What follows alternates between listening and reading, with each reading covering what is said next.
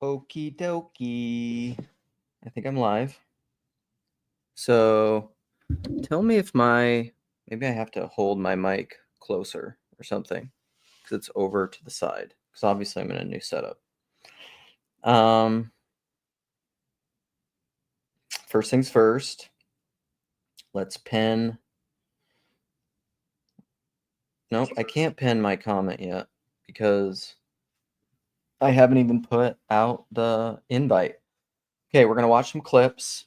This is inspired by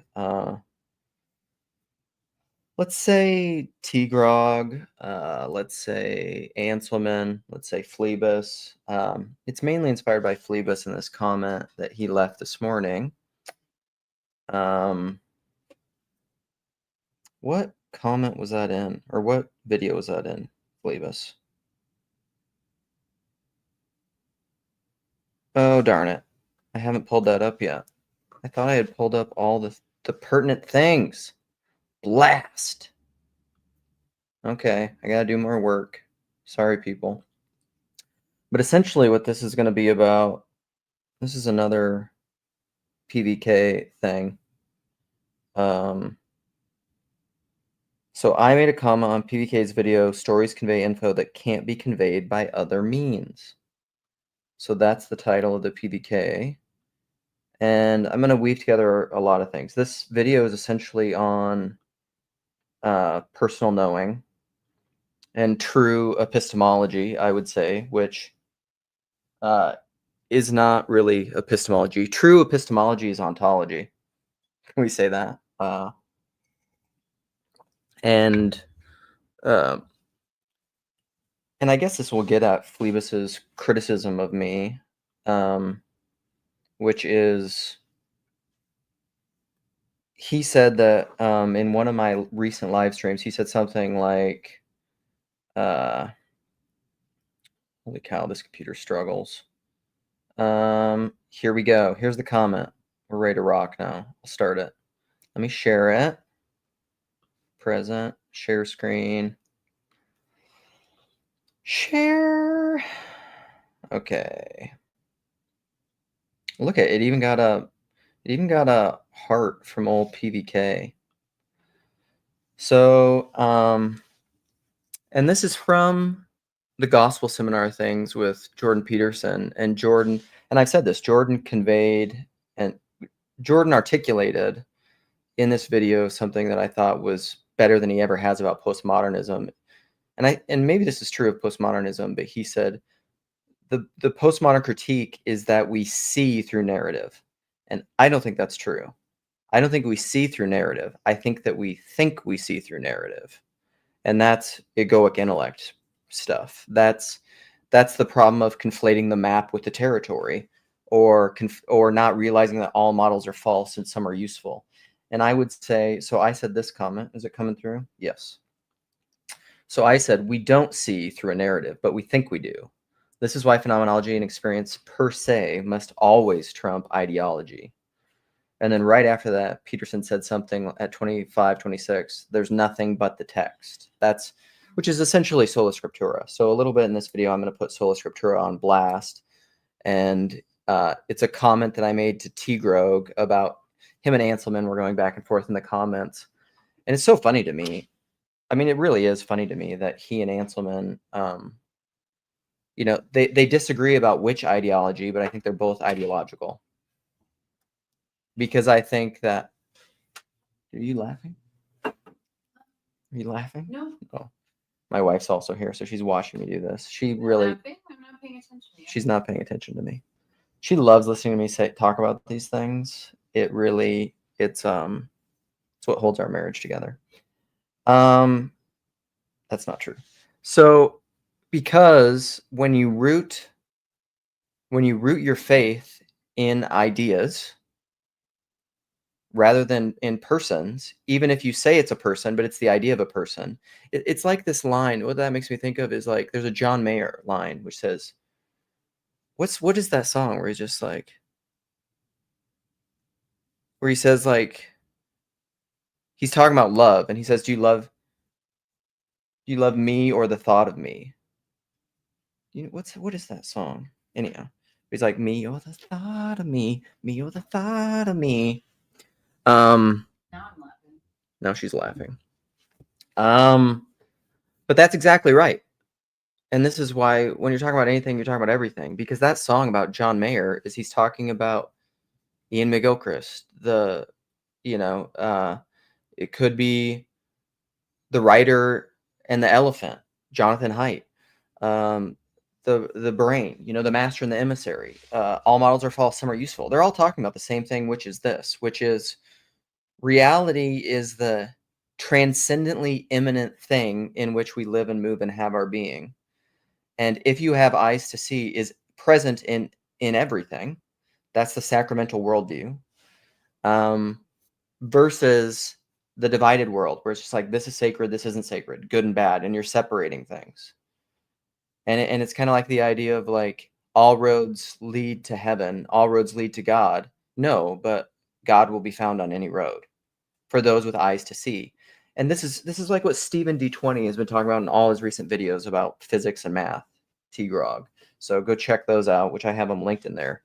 But I like to call this the hard problem of all perception. Rooting one's reality in a text is ideology. And this is the inheritance of the West. It's scholasticism. It's sola scriptura. It's the studies. Just look at the studies. Just look at the math. Just look at the science. And just like, when people put the creed in their yard and like, we believe the science, guess what that is? Ideological. They're rooting reality in texts, in studies, double-blind, empirically tested, peer-reviewed studies. But the problem is, which ones? And how do you discern that? Welcome to the meaning crisis. Persons perceive and interpret and value text. The text in and of itself is meaningless. The text per se is meaningless. All right. Now the replies here. Let's give Phlebas his due in replies. And Phlebas, you can come in here and defend yourself. Stephen said, that's one of the things about T-Grog that's irresistible, the experience, the lack of going by the book. And Phlebas said, you equate the text of Scripture with any old book. Inspired Scripture, read through the eyes of faith and the indwelling of the Holy Spirit, removes your epistemological language conundrum. It is the word, not any narrative. So I agree, it's not just any narrative. I agree with that. So like, inspired Scripture, read through the eyes of faith, okay, right there, you're smuggling personalist knowing. You're smuggling the kind of person who has the eyes to see and the ears to hear. There's no systematic way to get there, Phlebas, because you're saying, and the indwelling of the Holy Spirit, and how do you discern who that is? And how do you pick and choose that? Via the text alone. You can't. You can't. That's why the person is the nexus and the locus of all meaning. And I say it is not the word. That's the logos. It's inspired, special, completely unique, amazing, profitable for all things, 1 Timothy 3:16. And I said, I want to live stream about this. And I am. And so now we can go to this Rainn Wilson, Alex O'Connor thing. And my boy Jeff gave me this timestamp, so that's good. And so Alex O'Connor, in that conversation with Rainn Wilson, which is excellent, by the way, and they talk about Rainn Wilson and the Baha'i faith and all that sort of stuff. But he said, a lot of these debates, and then I think this is Jeff's addendum, and I'd say many interpersonal arguments in general, or maybe that's inferred by the conversation, collapse because people listen to the question rather than to the questioner. The logos can transform and redeem anything, including death. I mean, that's the thing for Christians that just boggles my mind about either-oring about things, and the good and badding, and just like, this is inspired, this isn't inspired. And in one sense, you can say that, but also like the opposite is implied. And this is all of that Peter Rollins, Hegel, Christologic, identity of identity and non-identity, and Christ the eternal Tao. And why Antichrist even works is like, and this is a debate we were getting into with Alex, not the other Alex. Who's our Alex? What's your last name? Alex de Souza? Is that your last name? in my last live stream, we were talking about the text, is that there's multiple interpretations for the text. And he was saying, and we were talking about Christ's temptation in the wilderness and Christ using scripture to defend himself against the devil. But the devil also used scripture. So like, even the demons believe and shudder, right? This is the problem. Is like, do the demons and the devils believe the scriptures? Propositionally, yeah, they do. But they don't care. They use the scriptures in a mammon way. And I think many Christians use the scriptures in a mammon way. This is why I love Peter Rollins, because Peter Rollins says psychoanalytically that this he talks about the lack being that which promises to make you whole and complete. So anything that promises to make you whole and complete, salvation, saying this prayer, becoming a Christian, going to church and doing the liturgy, taking the Eucharist, whatever promises to make you whole and complete is promising to fulfill the lack. And he says psychoanalytically, the Satan is what promises to fulfill the lack, because that's the deceiver. And so he said a lot of times modern religious institutions are the Satan, Christ and Antichrist. But thankfully, Christ and Antichrist are a hair's breadth.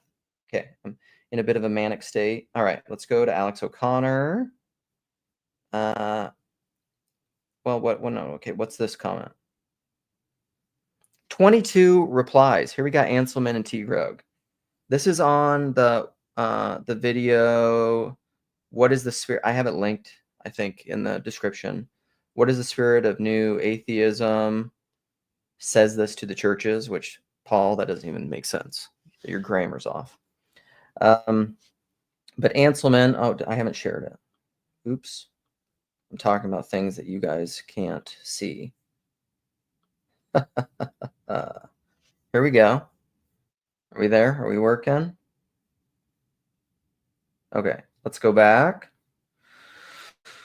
There are more serious attacks on the faith than made by T. Grog. There are those in the corner that are more subtle in their disdain for biblical Christianity.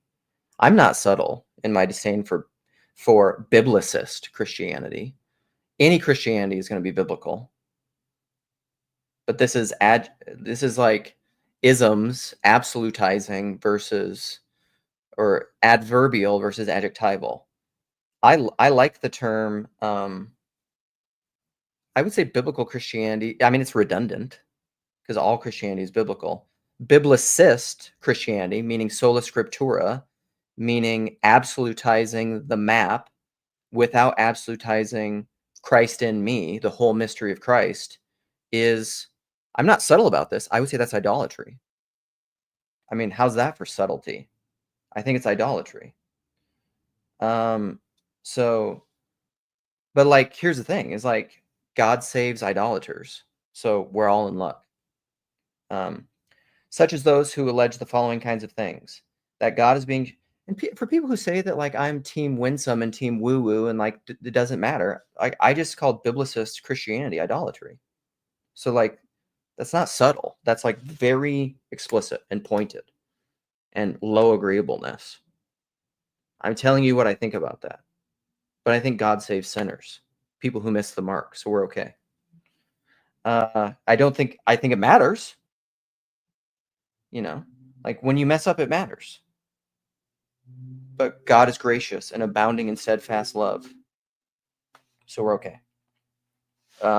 If we repent, if we forgive others who trespass against us. Oh, and I also want to talk about A Christmas Carol, because I went and watched that last night with my family, which is a good story, right? Ebenezer Scrooge. Okay. So there are those in the corner who are more subtle in their disdain for biblical Christianity, such as those who allege the following kinds of things: that God is being shaped into becoming something other than he has been by the influence of human beings.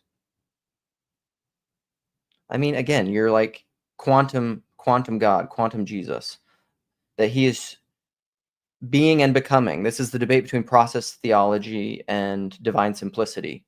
God is changeless, but he's also outside the categories of change and changeless.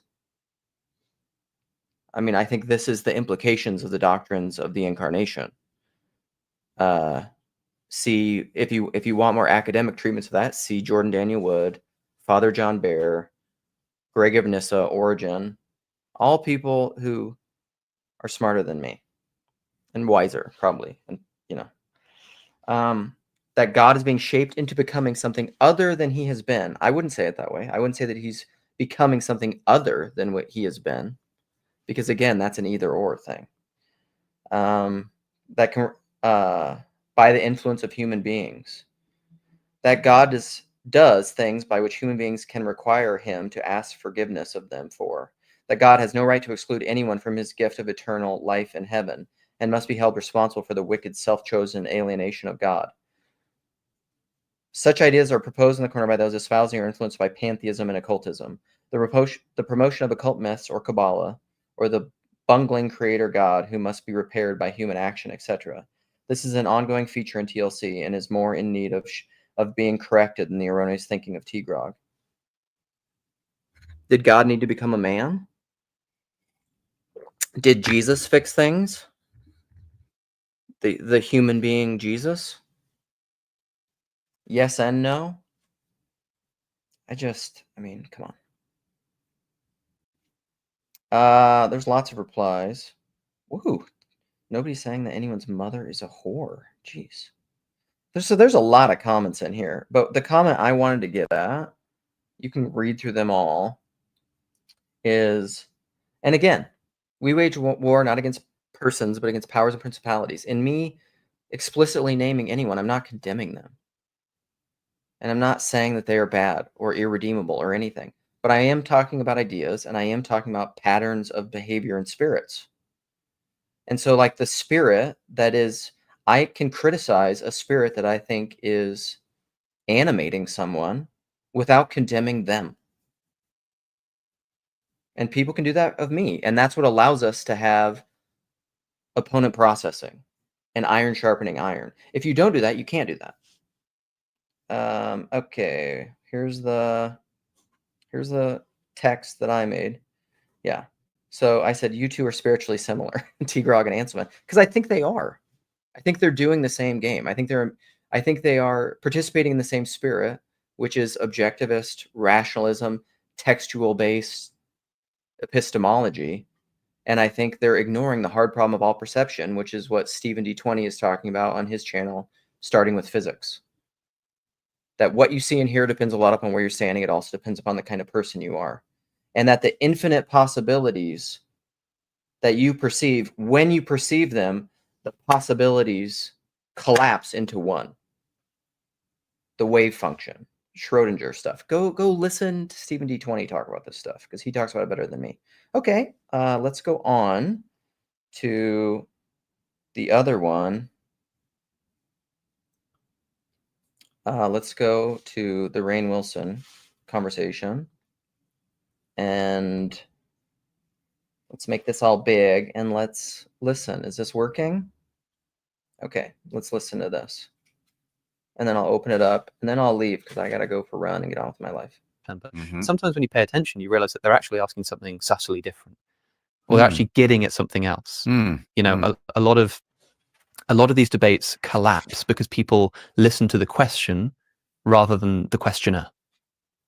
There's a, like, what is someone actually getting at? When someone gets up and they say, you know, Okay, that's what Jeff pointed out to me. They're listening to the question rather than the questioner. And this is like, I've brought this up before, but this is a conversation like I've had with my wife, beautiful, wonderful woman. But like when we've gotten into debates about things and she'll be like, this is what you said. You said these things. And I'm like, you can't use my words against me. I am like the arbiter and the sayer of my words. I am more fundamental than my words in and of themselves. When you use someone's words against them, you are being a textualist, in the same way that like a sola scriptura person is being a biblicist. You are holding the words per se in and of themselves to a higher value than the person. And then you've become an impersonalist, and you're not doing personal knowing, and you are not knowing as you know, as you are known, which is what Paul talks about in 1 Corinthians 8. So I will use the Bible to trample down biblicism, which is what everyone does when they insist on their, when they value certain texts and as the interpretive metric over other texts. And guess what? You have to do that. You have to do that. Okay, let's go listen to what else they say. I'll rewind it some. This I computer. just think that because a lot of these debates collapse because people listen to the question rather than the questioner. There's a, like, what is someone actually getting at? When someone gets up and they say, you know, I just think that because if there's no God, then I don't understand how you sort of, where this sort of stuff exists, and it's a bit sort of fumbling. And you can either, as a debater, go like, well, that's a nonsensical question, you don't know what you're talking about. Yeah. Or you can try and understand what they're really actually getting at. An example that I've talked about in a different context is this Ben Shapiro clip where it went super viral. Somebody came up to the microphone and was asking about like the Boy Scouts and why like girls can't be in the Boy Scouts or something, right? And why it can't just be like, you know, they're just gender neutral.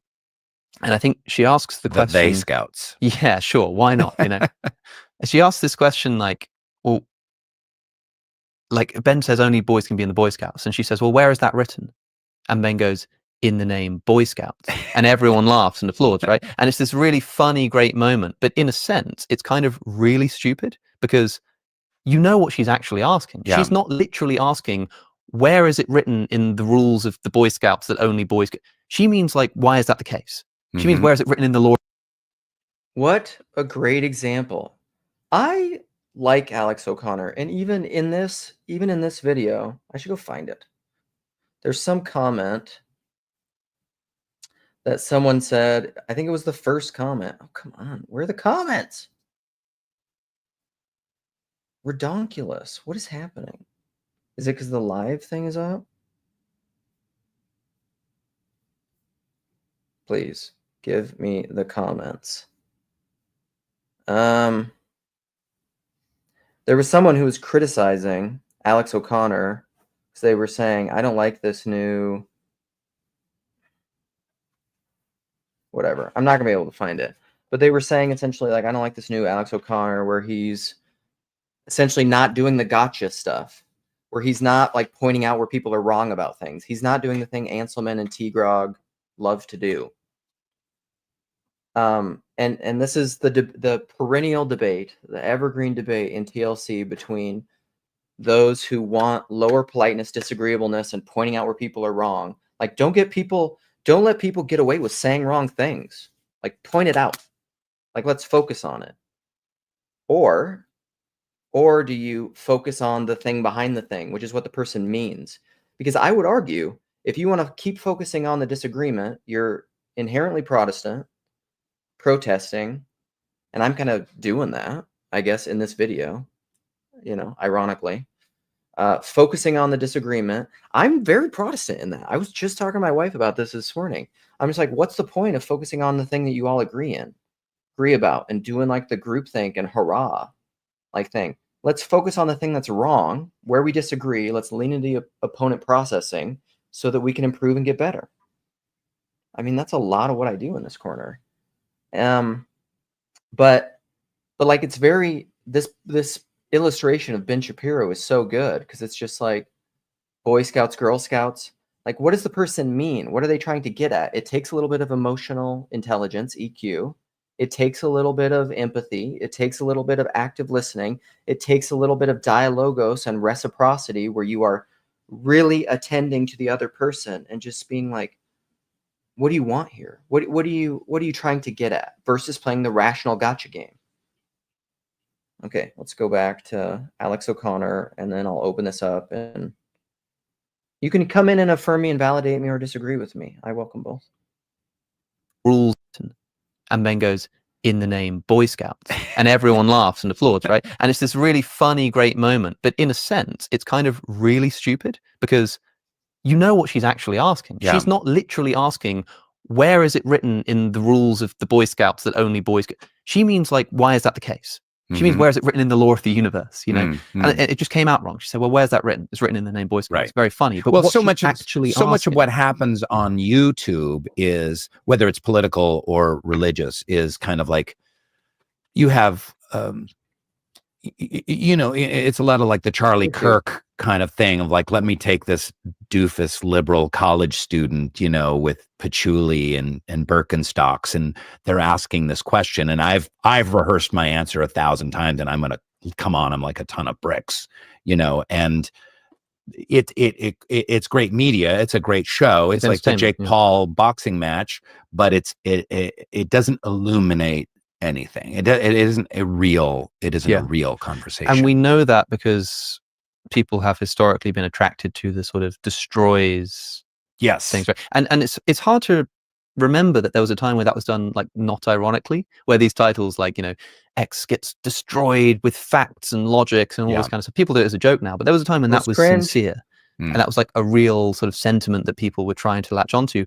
You click on that video if you're being honest with yourself, because you want that rush, you want that boost, you want that point score, you want to, you're watching the Mike Tyson knockout clips, right, because it's fun. You're not actually watching it because you're interested in figuring out who's a better fighter. Can we have, for the title of this, can we be like, Baha'i destroys atheist? Well, what I'll do is I'll put that, and then I'll put atheist destroys Baha'i, and then I'll split test them, and I'll see which gets more of a click. Oh, goodness. Yeah, that's the idea. Okay. This is it's a really, really good conversation. Go and watch it. Khezi, you're messaging me? Khezi, I'm live streaming. All right? Get in here. Talk to me about this. Because T. Grog just said this. I want to talk about this. I'll say, well, here, I'll open it up and then I'll talk about this, because I don't, how long have I been doing this? 26 minutes. I'm going to do it for a little bit while longer, and then I'm going to either shut it down or hand it off. Jess isn't here to... Jess, get in here. You're normally here to talk to me and take over. All right. Let's pin my thing. Pin it on my channel. And then let's go back and talk about T. Grog. I've been thinking more about this a lot, T. Grogan. Yahweh is not about having a dialogue. I think he is fundamentally about that. I think what God is doing in his human making is, I mean, think about this through the Old Testament. Jess is here. Lot and Abraham and omnipresent and Sodom and Gomorrah, right? He's just like, what if there's 77? What if there's 11? What if there's 1? What God fundamentally wants is people who wrestle with him. David, a man after God's own heart. Why? Because David told PVK, stop being a creep. What are you doing? Dang, that was the PVK. Somebody clip it. Clip it. Oh my Lord. Goodness gracious. Take it easy, Reverend. Pizza cutter. Yeah. If you're gonna murder me with a pizza cutter, please. Seems like he's been stabbed 27 times with something round. Yeah. So I'll just say that, I guess, and then leave it at that.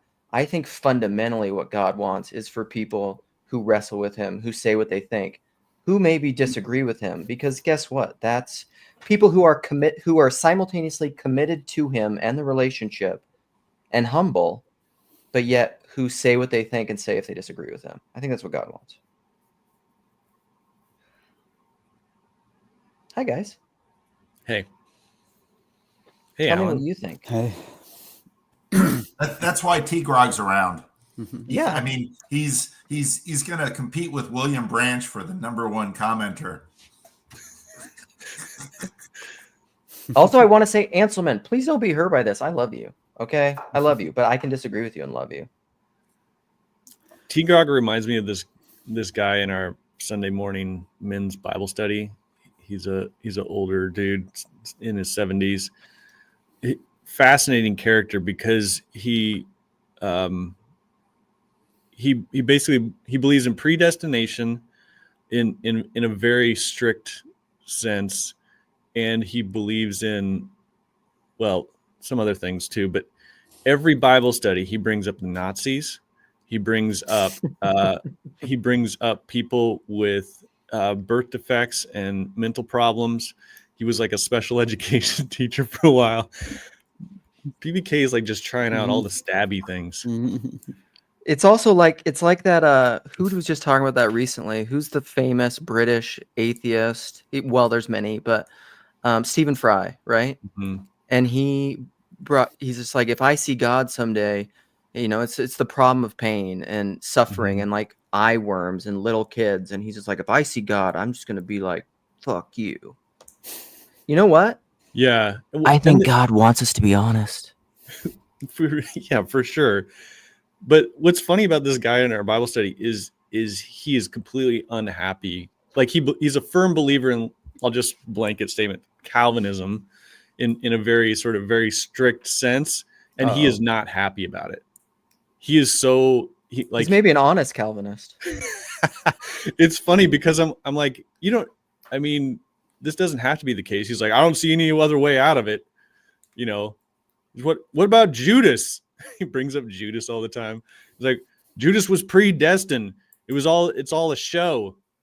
He calls it a boat race. He's like, the whole thing's a boat race. There's something funny going on. I'm like, all right, man. T Grog, each person in the stream believes in a different God. Amazing. Have you been around when we talk about the God of your own understanding? Yeah, I completely agree with you. And I think it's the same God. Alan, what up? What's going on, guys? Just one idea that is helpful that's coming out of this. It's sort of derivative of what we're talking about, is just the ability to, when you actually, when Alex O'Connor was talking about like Ben Shapiro poning people, it's like, it becomes like the gift of actually engaging with people is that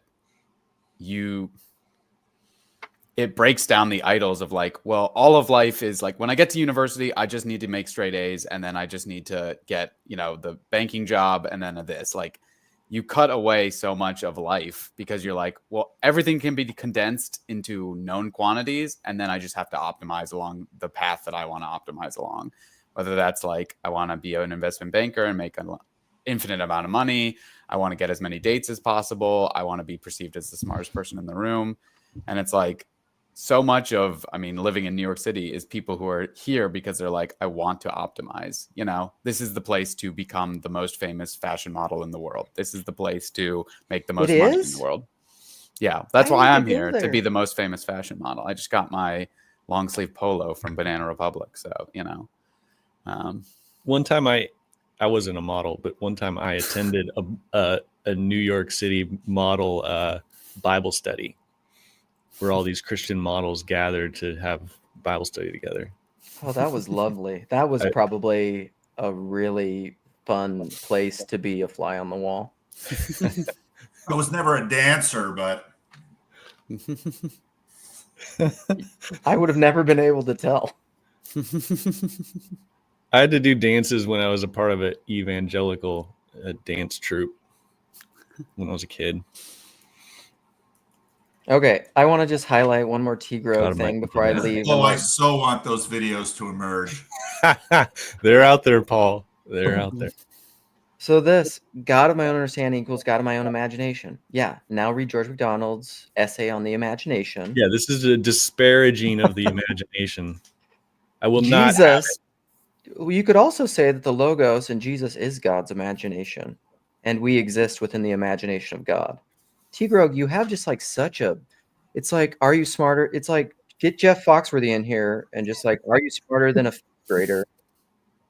And like a smart fifth grader, come on. Whatever. Here we go. Yes. Parsons gets it because Parsons likes Peter Rollins. Paul's doing his own little show this morning. I think it's lovely. I'm a very happy person who loves mornings, and I have, though, in my marriage. So my wife has already gone to work, so now I can be happy because she's like hates mornings, so it's just like, then she leaves the house. It's like, woo, it's a new day. That's a clip. T. Grog, it's not. I'm not insulting you when I say that. It's just like you can't dunk like LeBron too. It's not insulting you.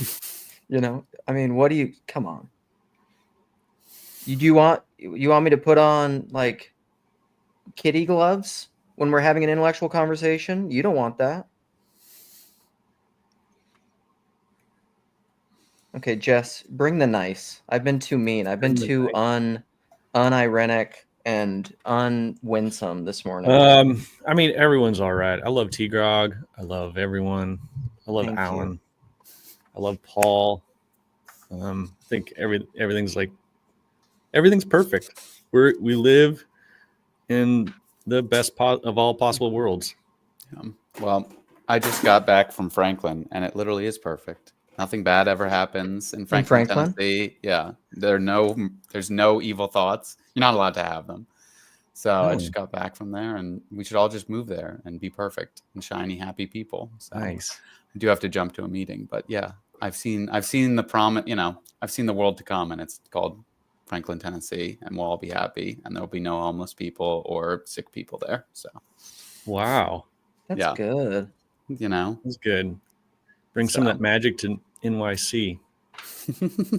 Okay, so see ya, Alan, thanks. So how do you distinguish imagination from reality? Again, I wouldn't. I think imagination is reality. But imagination is it's a sense we have to apprehend reality. It's an organ of perception. But the way he's using it again to do the Alex O'Connor thing, because again, this is the Boy Scout thing. I think what T. Grog is saying in my language would be, how do you distinguish delusion from reality? Yeah, that's truth from bullshit, fact from fiction. Yeah, there is delusion in the world, obviously, but that imagination isn't all delusion, because you can use your imagination to sense meaning in the world. Right. This is also like what. Okay, I'm gonna cut myself off after this. I love you, Chad. I love Chad. I gotta give a shout out. It's like was it PBK? You'll probably know this. Wasn't it Jordan Peterson that was talking about imagination is actually the thing that allows you to engage in science, because you have to imagine and think of the place where you're going to even do science. And it's the difference between bricklayer science that Heather Heying was talking about and the kind of imagine that can think of a completely new paradigm and way of understanding everything that revolutionizes science. You have to have imagination, T. Grog. I mean, yeah. It's funny. It's just funny. That's why he's so much like a bot in chat. I mean, so Rick had this hilarious thing on Twitter this morning where he had this meme about socialism where these guys have this giant fork and a giant wall outlet and they're supposed to put it in, and Rick got he got sort of put in the Facebook naughty house because it was the thing was about suicidality and eating disorders, and it's like it was just incredibly hilarious how obviously this was some AI bot that degraded Rick's Facebook channel, but I mean so many of the tweets are like that, and so that's what makes it fun, because it's just so hilarious. Yeah, that's why he keeps reminding me of the guy in my Bible studies, because the guy in my Bible study just has his script, and by the time he says 5 words, we already know the story he's going to tell and what point he's going to make, and we're all kind of, but he can't get over those points, so he has to keep putting them forward, and no matter what anyone says, like, he's got to just do it again and again, and he'll probably never change, and it's fine. And if it was a bot, we just ban it. But that it's a human being, it's like we keep watching. Like, wow. Well, because T. Grog is interesting. Like, it's interesting that a guy. Hi, T. Grog. I'm sorry to talk about you in the third person. But he also, he left. He said he has to go do something productive for his health. But that's good. I'm glad he's doing that. But I'm glad that he's here. Like I was saying earlier, I get very bored in groupthink things. I actually get uncomfortable. Like if I'm in a place where everybody's saying the same stuff all the time, I start to just be like, okay, what's wrong? What's happening? Yeah. Like I feel like I'm in. Are you serious, Luke? Yes. It does get annoying though that it kind of will take over a space. What will? like T-Grog. Like I know, Paul, you made like a conscious decision to let it take over the stream, but like that stream, I was like a little annoyed. I was like, and then the guy in my Bible study, he will take over half the Bible study with his people talking to him and responding to him, and everything is directed towards him after that point. And this last Sunday, we read the passage, and I thought he was going to go off because it's in Peter's sermon, and Peter talks about how he mentions predestination, that this was predestined. And I was like, all right, here we go. He's going to go off on his rant about predestination, but he had fallen asleep. And the conversation was just wonderful. And he was there asleep in his chair. And then he woke up, and and he never heard that part. And so I was like, okay, good. It's nice when they fall asleep.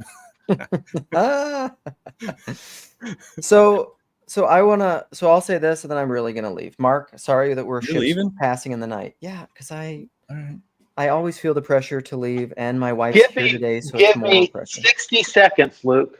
Okay, go. 40 seconds. I think neither side is appropriately steel manning the other. Okay. I don't think you're grappling with T-Grog fairly, and I don't think he's grappling with you fairly. Therefore, you keep talking past each other. And I love you. Yeah. I'm not criticizing you. Let me put on the video, even though I'm completely a mess. I've not done my makeup today. I want you to, but I really think he makes some good points that are worthy of attention. And I just don't think you guys I don't think either of you are really addressing each other fully. Well, could you articulate? It's not like people haven't tried. I mean, there's a lot, and so I look forward to talk with him. So, and I'd sit down with him. Right. It's fine. I don't have any problem with it. But the funny thing is that it's to try to get at. And this is kind of where everything has gone. It's like I'm really angry that I can't remove these spark plugs with my fork. And so you just keep going at it with the fork, and you say it's all about the fork. And at some point you want to say, you can keep trying to work that spark plug with this fork, but and at some point then you just sort of give up, because, and it's like Jess said, that doesn't mean he doesn't have any points to make. But what's so interesting about this community is that enough people have sort of gotten beyond where he's at, but not fully beyond, which is why he still has purchase. And to me, that's the interesting dynamic. Yeah, and Mark, it's more like, for me, it's more, I think he's serving a purpose. I'm not trying to eradicate T-Grog or the biblicists, but in my opinion, what led to the meaning crisis was the spirit that's behind biblicism, behind scientism, behind all of ideological possession in the closed system of rationality is what led to the meaning crisis, because it objectified reality and removed the perceiver. And so going back to that in whatever form you like isn't the way forward. Or what I think you're just touching on something there on my point. I think that where you're missing each other is that neither of you are willing to face the weaknesses of your own position. He's articulating weaknesses that he sees in your position. You articulate weaknesses that you see in his. What I would suggest is embracing, and this is the kind of the dialogue I want to have with him, is I want to acknowledge all the strengths of his position and then move on. See if we can move on, because there is a need to move on, right? I'm going through, like, watching Sam's thing on Sam's got to be under his bonnet about the Trinity, and I understand, because he's been wrongfully treated by Trinitarians for it his whole life. And then I go over to my buddy Ron Copperman's channel. He interviewed that poor girl who blew her brains out practically with psychedelics. Mm-hmm. And all I see, I mean, what I find is the more people talk about God, the less I want to believe in God. I mean, all of this metaphysical, you know, I don't, we're idolaters. You know, none of us are good. No, not one. Paul had it right. And I'm just like, I just find this so unfruitful, this process of, how do I make this fruitful? How do I get past this so that I don't walk away with my faith destroyed by all of this chatter? And I think the way to do it is loving my neighbor, deep empathy, getting in. And I really, really, really, really want to understand T-Grog, and I want him to feel understood. Yeah, but I think then we can get somewhere. And maybe he'll care for me. He doesn't care if he feels understood. I don't believe that. That's not his motivation. No, human beings by nature. He wouldn't. He's not a robot. I know. I'm not saying he's a robot. I'm just saying that is not his main motivation. He doesn't care. He doesn't really want to be heard. That's not like a felt need of his. If that were the need, it would have been addressed a long time ago. Yeah, people have heard him out, and it's obviously not scratching the itch that he keeps bringing. And but you're not here. No. But you need to hear him. I have, and you're not. You guys keep talking about stuff. We are. Stuff. The thing is, Mark, it's not that he wants to be heard. He wants to be heard and understood by every single one. No, and if what you're saying is true, that's what I'm saying. If what you're saying is true, one person wouldn't be enough.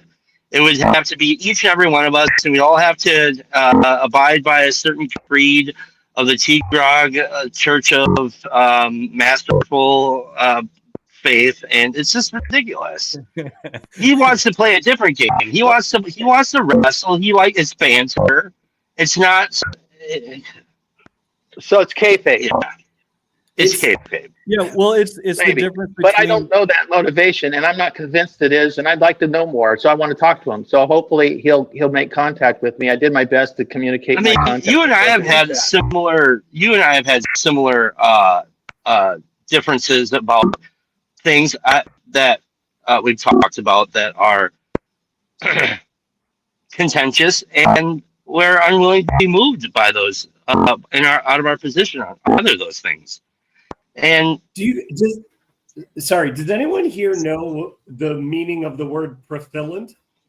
I might be PVK might be the only one who knows what it is. It's Frisian, profillant, and my friend would use it to describe, I might be pronouncing it completely wrong, when you are like slappy, when you've gotten tired, but you're not, what that means is you start messing with your friends, and you start like purposely causing problems, and everyone is coming at these conversations like people want to get at a real ending, as opposed to being slappy and hitting each other, and jibes and having fun.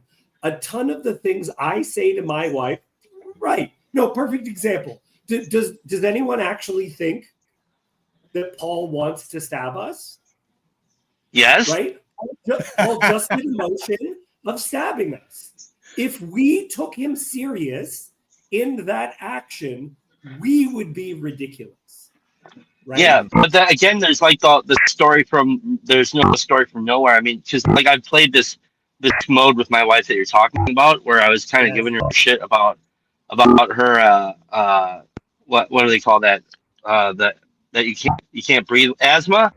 I used to give her shit that asthma was fake because Stephen King said it in a book once, and so then I would like give her shit about her asthma, and then I was fairly certain that she knew I was just kidding.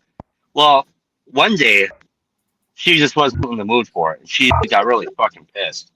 She's like, I can't believe you're fucking talking to me like you think that I'm just making up my asthma. I'm like, you know, I'm just kidding. And she's like, no, I don't. But later on, you know, months later, we talked about it, and she knew exactly that I was kidding. But the problem is I'm always kidding. And so, like, it's a lot of this is just kind of like where each of us are standing at each given moment, whether it's what side of the bed did I wake up on, and all this bullshit that we're always like wading through. Kayfabe all the way down, baby. I mean, I think it's a mix of kayfabe and love, and I think Mark Parker is right to a degree. We want to be seen and heard. I think that's true, but there's the problem with being seen and heard is like sometimes it's like, yeah, I've been exactly where you are. I've seen it. I've heard it. I actually believed it at one point, and now I don't. The problem is you don't want to be seen. You don't want to come to my way of thinking, and so it's just bullshit, guys. It's all good. It's all good. And question: when PVK was pretending to stab us, did he want to be understood? Was that he wanted us to understand him? Yes. Was that at all? It's like, to me, that's the wrong wording. It's like, no, he wanted to be a silly boy, which is the other part, which is like, there is no girl Tigran. What he's doing is a very male, kind of punchy, slappy, profillant action, where it's like, yeah.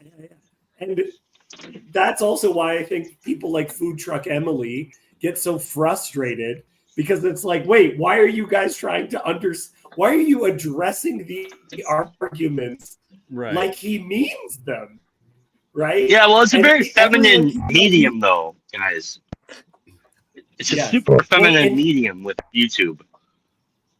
Even the word understand, I don't think the word understand is correct. I think experience. He wants us to experience how he's interacting with it, not understand. The T. Grogan experience. So I gotta go. I see, Chad.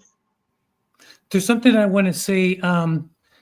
I have been put in a place where I get to experience different people's perspectives, including difficult situations, difficult attacks, criticisms. I work in a lockdown behavioral unit, so I do get to experience weird ideas, weird conversations, and weird criticism of my character, my profession, my motives, my, on and on. And I've been there for over 6 years, and I still consider that my home. But I do know that everybody, even though people say, well, appears to be similar modes, they do have a different, let me say it like this. They want a different outcome. Some want just like friendship, but they don't know how that, they don't know what healthy friendship is. So they try to do their best. Others want to know what you know. So they'll pick at you to see who you are. They want to know who you are. Others want to shape you, right? So they're like, no, I'm here to convince you because you are wrong and you didn't even know you were wrong. And they, like I said, it doesn't matter what you say. They don't hear what you say. They just want you, the opposite. No. I want you to hear me because you are wrong and you didn't even know you're wrong. So even though we are all people, there's different reasons why people say certain things. And some people actually only want the reaction from you. I'll give you an example. Some people will poke you. And the minute the minute you give in and you let emotions take over you and you react, they are like, give me the manager because you just violated me, and they instantly become the victims. And the manager doesn't, the manager doesn't want to hear that you got poked 20 times. Nope. It's how you react. They poke you 20 times, you take it. It's like Jesus, right? how many times should I forgive? 7? No, 70 times 7. That's what our managers would say. Nope. They poke you 20, expect 20 more. And after that, expect 20 times 7. So we and when you don't react, they play their algorithm. They play it out to its fullest. And once they don't react to you, they're like, well, you're no fun. And then they move on to the next person until someone is more sensitive or inexperienced and they blow up and they're like, aha, I got you. Give me the manager. Mm-hmm. But others don't want that. They don't want the reaction. They actually want some, if I may call it fellowship, some type of friendship, some type of something. And they're actually fellowship. Like we are the same. Yeah. Which again, so, not understanding fellowship, like you and I are the same. That's what we want, right? I've talked about this before, that I feel that for a lot of people, like for myself, my major the most disheartening and discouraging things in my faith has been people that I love leaving the faith. Here's the thing. Their reasons for leaving might be terrible reasons. They're not intellect. So there's an element of our faith, which is without a doubt of everyone's belief structure, which is a pyramid scheme, in that it only works if more people buy into it, right? So we feel in that we become one body, we become joined with other people, we become discouraged by them leaving, even if the reason they leave the faith is for dumb reasons. It doesn't have to be for a good reason. That's because, believe it or not, we are affected by other people, whether we like to admit it or not. We do care what they think about us, whether they're right or not, and their criticisms. We still are affected, and we will question ourselves, and we will question our motives, and we will question our beliefs, and we will question the whole structure. And that is, I mean. If a person doesn't feel, then they're a robot. They're not a person. They're it's like these AI, right? They seem to talk, but they don't have a soul. They don't have emotions. They don't have a conscience. They don't have self-criticism. I think part of it's going to be really interesting to see how Mark and T-Grog go, because my prediction is they'll have a lovely conversation, because we've watched this a number of times with T-Grog. They'll have a lovely conversation, and Mark will validate a lot of Tim's points, and things will go. But then when Tim gets back into the chat, it will be the same. And so, and again, I think part of what's interesting to me is that, and I think Sam Tiedemann is a good example of this, because, for a lot of us, of course, every one of Sam's videos Algo puts it up on my screen because I watch plenty of Sam. And then generally speaking, it'll be, another Trinity video. And so on. And with Luke, we do the same thing with Luke, that, Luke is another, I can't even repeat the Lukeisms, but I know one when I see one. And Jess, it's the book of Job. And plenty of commenters out there, I like PVK, but will he please stop talking about Jordan Peterson? We all have these fascinations, but I think you're really right, David, in that we do want fellowship. And what sort of happened in the corner, which is really fun, is that we have we seem to have arrived at a degree of fellowship with Sam, even with his Trinitarian obsession, and with Jess with his Job obsession, and his Luke with his, I can't even name the Luke obsession, but I know it when I see it. And with Mark and Mark D. Parker, the serial killer, is actually a tremendous peacemaker. And so each of us have these little obsessions, but part of what's fun about the corners, we've sort of found ways to integrate the people with their obsessions. The T-Grog is a particularly difficult nut to crack, because what's interesting is that most of us believe there won't be any resolution to the T-Grog script after Mark D. Parker's conversation with him. And it doesn't mean that, some of T-Grog's criticisms of me or Luke or Peterson or Christianity or Calvinism, it doesn't mean there's nothing valid in any of that.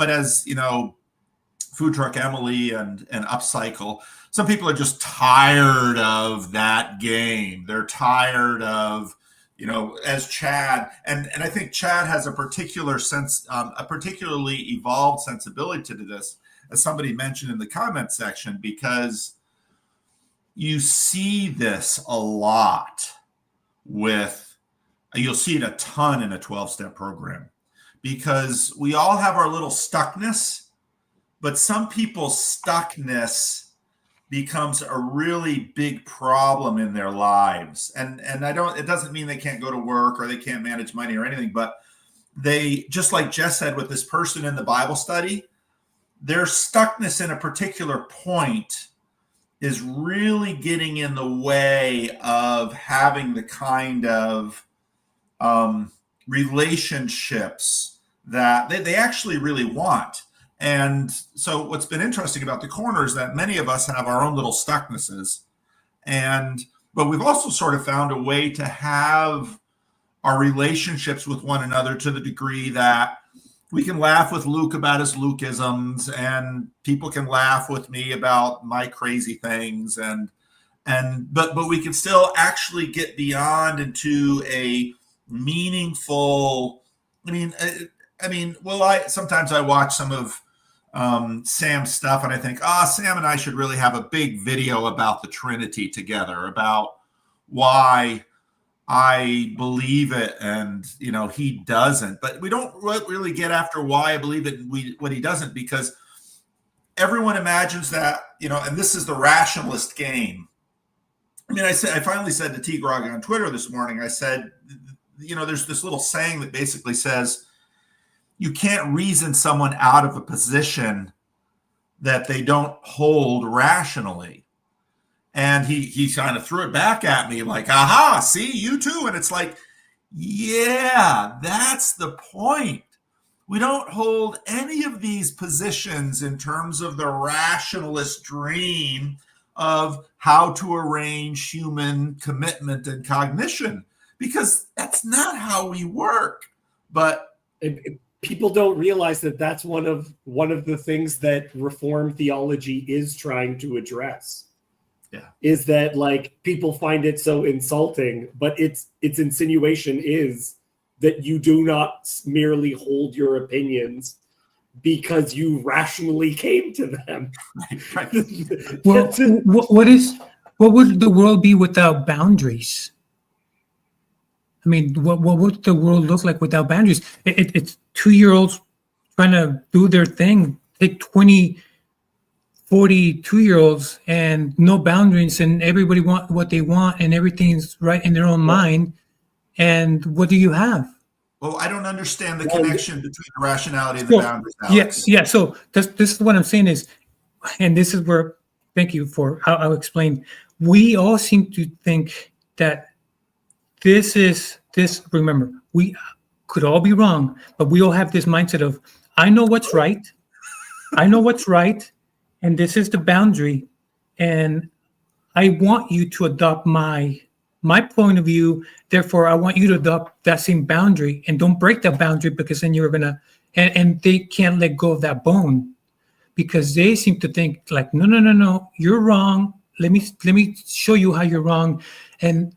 But where does it end? Like I said, we need boundaries, but yet everybody has a different of an idea which boundaries are the real boundaries, because my boundary is different than your boundary. My right, Trinity, non-Trinity. Remember, it's supposed to be a stance, and like no. See, I'm right, you're wrong, and the other person is vice versa. No, I'm right, you're wrong, and on it goes, because there has to be some form of truth, an ultimate truth. If we say we are Christians, there are some times where we're going to hear something that just contradicts what we seem to think. And I emphasize what we seem to think. And that's why we go around in circles. Right. Go ahead, David. No. I was actually just going to say, I can see that Jess has been percolating for quite a while. And we're the more extroverted types. And I want to know some of his thoughts, because he's been quiet for a little bit. And I think some of this is more fun. I want to see them accompanied with dance, though. I really want that. There you go. There you go. No, I kind of felt like I already said what I had to say, and so I was letting you guys go on. Okay. What were you saying, Dave? I wanted to introduce the concept of a shit test. I think shit test is such an important thing to know about as well. Like, so the shit test, for those who don't know, is one of the things that's brought up in pickup culture, where someone is essentially pushing you to see what your boundaries are. They want to see what your reaction is, and that it's actually a test as to whether or not, like, if you, how do I explain it? It's very funny because I think a shit test on the surface sounds like the most sexist thing ever. But whenever I've explained what a shit test is to a woman, they've all been like, oh, and like it makes them super happy that there is such a term. So this one time, my wife, we have a bunch of people coming over. And my wife says, we can't have these people over because the kitchen isn't cleaned. Okay, I clean the kitchen. Okay, I say, well, I can clean the kitchen. I start cleaning it. And she says, what if we, she says, well, we can't have them over because I don't want the dishes to be dirty because we have to go somewhere right after. We're not going to have time to clean up. I said, oh, okay. Well, I have these, we have some paper plates and stuff we can all hang out. Okay, well, but the house isn't in a good enough state. Okay, we could be outside. And then she gets very, very frustrated, pauses and says, I just don't want anyone over right now. And I was just like, it was so funny because she didn't know why. She just starts giving reasons, and the reasons are not actually what she's about, right? Yeah. And somewhere into a marriage, I've talked about this a bunch of times in other places, so sorry for repeating myself. If when you're in an argument, you only address what the person is saying, you're an idiot because they're getting at something and they sometimes don't even know what they're getting at. So if you just talk about what they're talking about, then you're an idiot. Well, isn't that what Jordan Peterson says about we all try to avoid the difficult conversation and we dance around the elephant in the room, but we never, because we want to avoid that difficult conversation. Well, and I mean, sometimes we don't know. That's the thing that stands out to us, and we fixate on it. And so we're doing a dance and we're waiting for someone to kind of like, hey, you're actually talking about this. And you're like, oh, you know. That would like, while writing, I came across this because me and a friend, the first script I ever wrote, I wrote with a buddy of mine. And we started off by writing these monologues, some of which we integrated into the script, some of which were just to get into the character's mindset. And I read my friend's monologues and I was like, wait, this happened? Like they believe this? And my friend was like, I don't care. And it's so dumb, but I was like, oh, characters can lie. People lie. They don't just say the things that they actually mean and want. They lie all the time. David, I'll take it one level further. We even lie to ourselves and constantly. Yeah, without ourselves knowing it even. Yeah. We lie to others, and worse, we lie to ourselves. The biggest lie, though, that I realized is people thinking that something's going well. Like when they lie and they're like, this is going really well for me. I love that lie so much. They're like, no one even notices. But there is a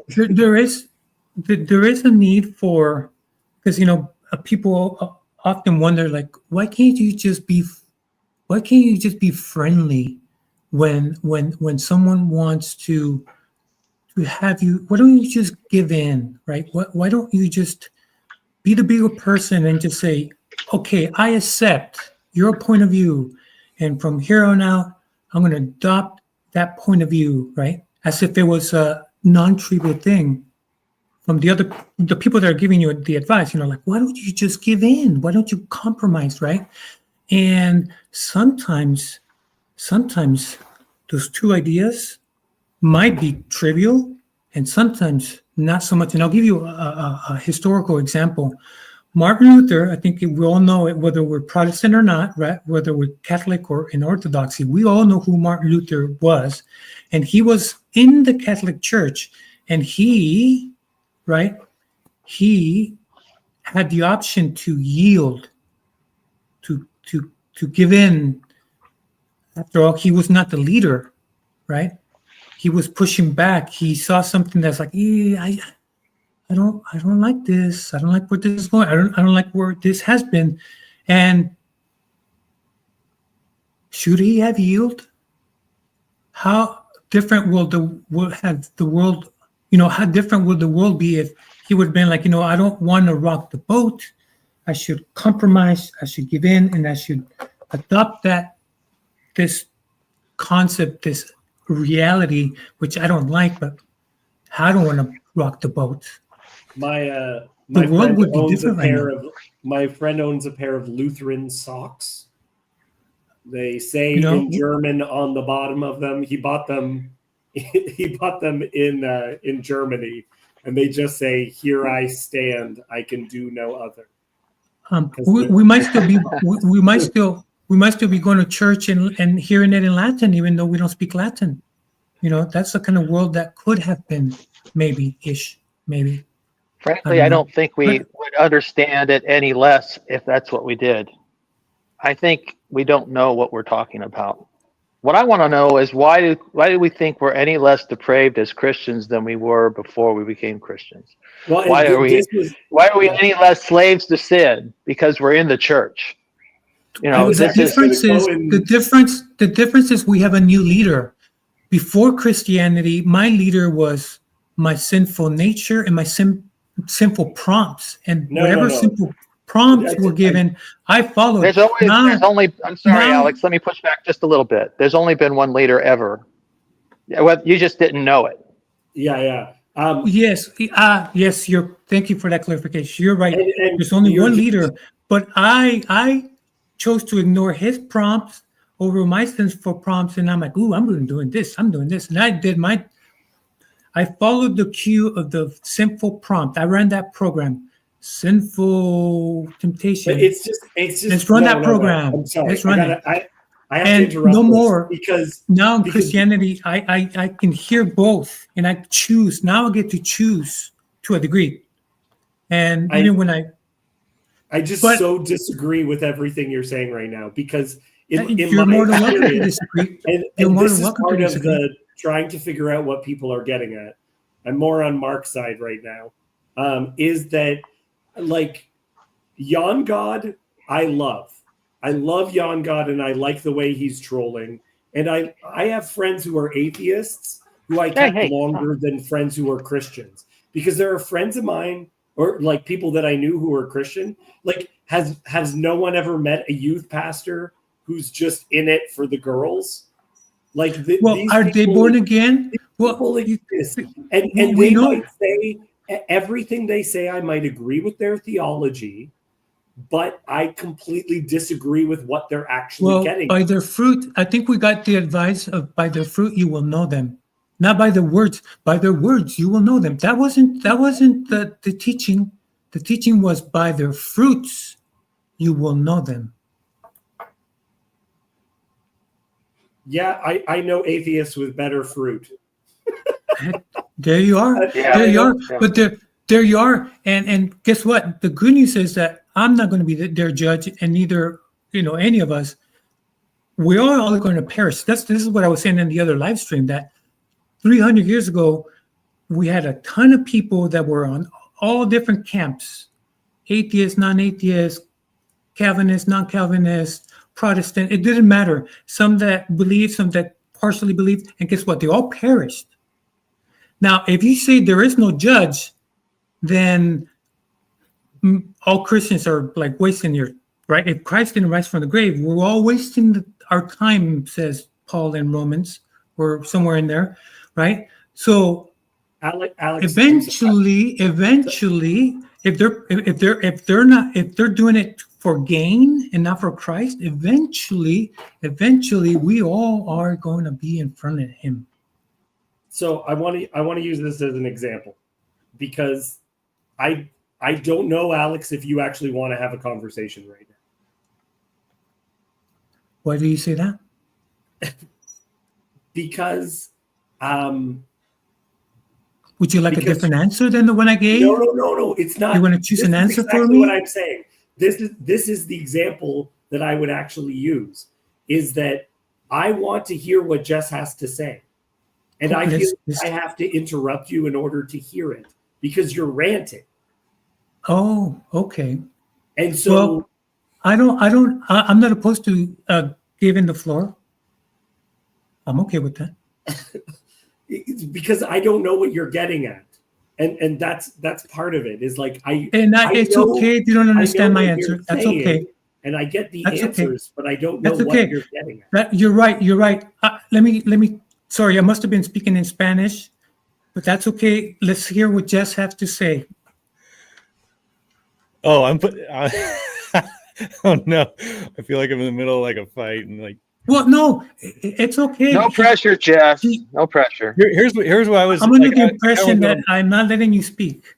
Like Mark's point about, like, shouldn't we like have some self-humility about ourselves, like as much as we did before we were sick or whatever. There is that, but there's also a point where you just have to say how things seem to you and you stand up for your point of view. And because there are people that will just have more sort of confidence in their ideas and they'll put them forth forcefully, and you kind of have to meet them where they're at. So if you come with too much humility, or I wouldn't even say humility, if you come with too much passivity and welcoming towards someone who's very aggressive and self-assured, you're not doing them any favors, and you're not doing anyone any favors. So you basically you meet people where they're at.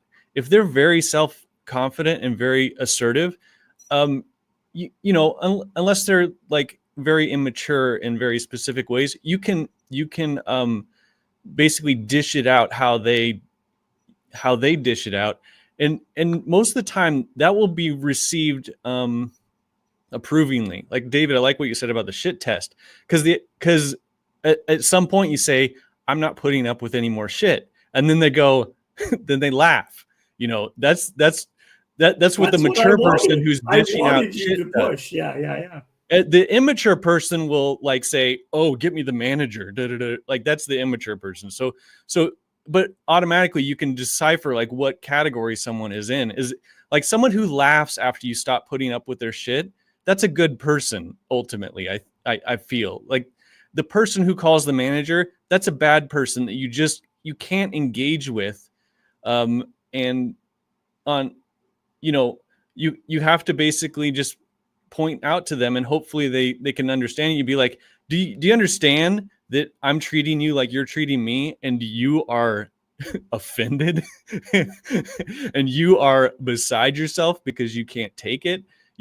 So like, when it comes to, I haven't had any conversations with T. Grog really, but if I talk to him, like however we would interact, I'd try to match his level. And if he's, with the guy in my Bible study, he's very confident in what he says.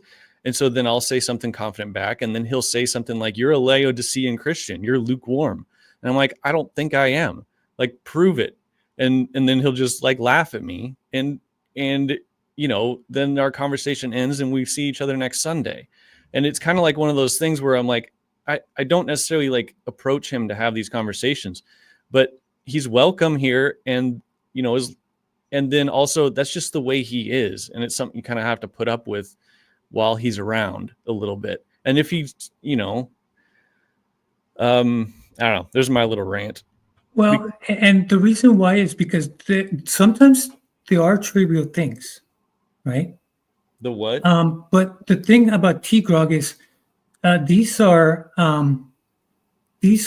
he wants to remember. I'm trying to quote him, and I'm going to try to paraphrase him because I don't remember his direct quotes. But pretty much saying, your belief system that you believe in and you trust, and that you have given your life over, and you've changed your lifestyle. You're doing all this, and guess what? It's all fake, right? Those are to someone that believes, like someone that's a Christian. When they hear that, that's not a trivial thing. Right. And then they're saying it in a public space. That's not a trivial thing. So that's what I'm saying. Sometimes there are times where it's like, right? Trivial things. But the stuff that he wants to say, you know what? What you believe is all fake. They're the con artist, right? It's all a lie. Yeah. Right? He will say, that's a lie, that's a lie, that's a lie. On and on and on. It doesn't matter who it is. Even the guys that what's the latest convert? He's been on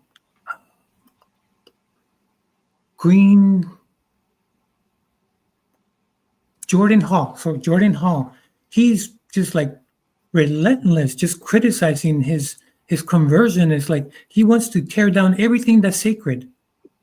That's not a trivial thing. And how can you just say, oh yeah, you're what does PBK say? Is like he's calling people's great grandmothers a whore as a metaphor, right? Yeah, I mean, it depends on whether you think it's worth getting in a fight over or not, or you just say, I like what you're saying is ridiculous. Well, it's not I wouldn't say it's a fight. No, I mean, it's a battle of ideas. Yes. Like it is serious. He's like, your faith is a joke. And I'm like, I'm sorry you think that. Like, what else am I going to say? Like but you could make it into a fight by going at him, or you can stop engaging. Like, I think these options are available. Because my faith doesn't rely on whether someone else believes in it or not. Well, that's the good news, that it's not up to T-Grog, right? When I die, it's not like God's going to say, T-Grog, come here. What should we do with this guy here, right? It's not up to T-Grog. It's not up to me. It's not up to you guys. It's not up to my neighbor. It is up to Christ. If he is the Messiah, right? If he says, I am the way, me believing that, right? If Jesus is not real, then I'm wasting my time as a Christian. And that's exactly what T-Grog is saying. But this is not like a trivial thing. Like, oh, I didn't like that movie. Yeah. Well, here, let me ask this question. See what you guys think. I kind of see this as almost so. There's this cultivated space where we're having these conversations. It's this little corner of the internet. We're talking a certain way. We have a certain way of going about things. And then someone comes in and is sort of playing a different game. They want to, let's just say they want to go back to a old school debate style conversation. And not that there's anything wrong with debate, but that's not the type of environment this is here. So what do? You welcome someone in and they're just playing a different game. Like when do you give them the boot?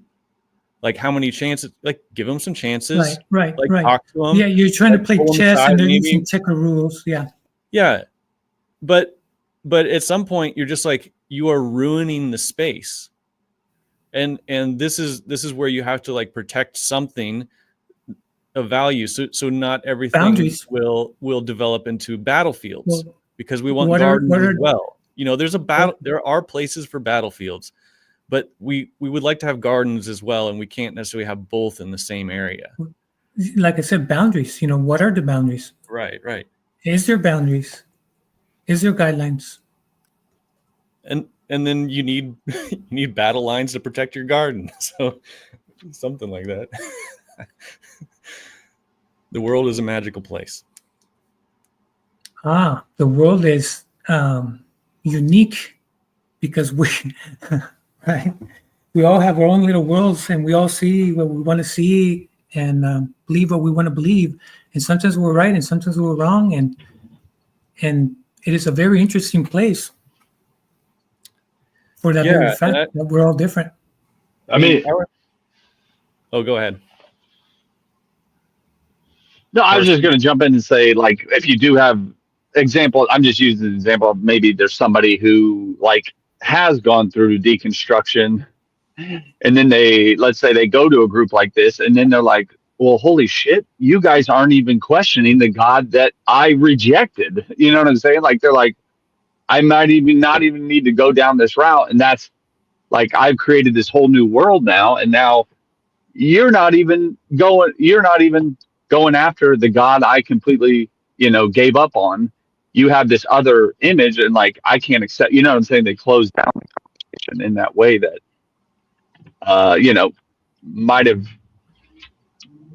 had they come to this group earlier, maybe they may have been like, holy shit, like you don't have to go down those possible, but I don't know. Yeah, there's that weird thing where I know T. Grog has said this before. He's like, I really know the Bible because I used to believe in it, and now I'm this, and now I need to convince you to do the same thing. And then there's other people that are saying to him, I used to be in the same place you were. I was an atheist, and now I came to belief because of this and this and this. And so there's this weird swapping sides, and both people think they have an understanding of the other person's side, and so there is some level of ignoring going on, because like, I don't really have to take your Christian statement seriously because I've already done that. I'm done with that. I've already like put a stamp on it, sealed it up. It's done with. And what I need to do is like tell you about this other stuff that you don't seem to know, because if you knew it, you would be an atheist. And then the other person's doing the same thing. I used to be an atheist, and I had, had all the arguments down and but then, God came to me, or I was convinced some otherwise. Now I became a Christian, and all the atheist stuff I put a stamp on, and I'm not opening that box again just because this rando comes into the conversation. Well, that's the beauty of this space, and that's just like the beauty of this country. We don't have to force you to believe in this. We don't have to force you to have this political idea. We don't have to force you to read this book. We don't have to force, well, I guess if you're in public school, I guess you're stuck with that. But anyways, as an adult, you don't have to force someone to believe what you believe. And in this space, we can agree to disagree. I don't have to adopt your views. That's the beauty of freedom. That is a beauty of freedom. Yeah. I think that's the point, is like, this space opens an opportunity for you to search out where you are lacking, where you've come up against things you haven't been willing to look into, and contradictions that may even your points of view right now, and you run up against those other people. And yeah, and that can be antagonistic, because that's going to cause flare-ups for people like, that's my world, man. You're questioning my world. And that's very anxiety inducing in a way. But also for me, I think it's very free, but that's just me. I'm going to have to plug this in. Give me 1 sec. Yeah. I mean, I was planting a church one time, and my friend's wife was part of the group, and she was very, very new to Christianity. And we were all like talking about how things went one time, and she was really worried she was going to offend me because I was keep on pushing her. How did this go? And she was like, honest. And then she finally was just like, I didn't understand. I was lost and I was bored. And I was like, thank God. Like, what I meant was, like, I told her, I said, she was so worried because she's like, I'm completely new to this, so maybe my opinion doesn't matter. And I went, no. I need your perspective. If the things I'm saying make sense to me but aren't making sense to you, what the hell am I doing? Like, this idea of losing people, offending, all this stuff, it's like there might actually be some very important information there, not like, well, not my opinion. That's not what I want. Kind of thing. But there's a reason why we do what we do. And I think I said this before.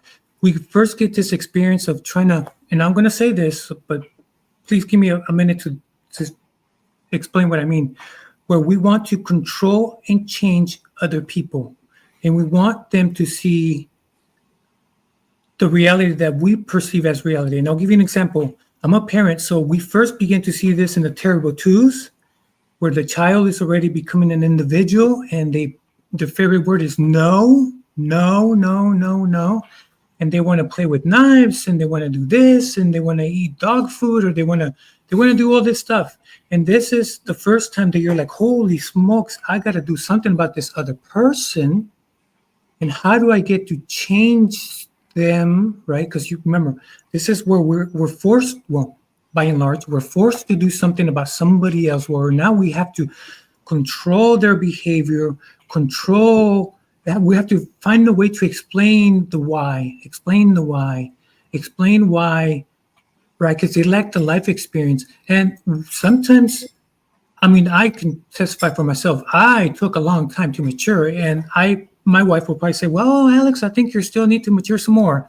So, and that's why we have such difficulty being in crowds and talking to people, especially because most people do want to, in some way, change you, directly or indirectly, passively or aggressively, in some way, shape, or form. We influence each other, whether we like to admit it or not, and it's hard to turn that off. Mm-hmm. Mark, what do you think? Edison has cut off my power, so I have no idea how so I could drop at any second.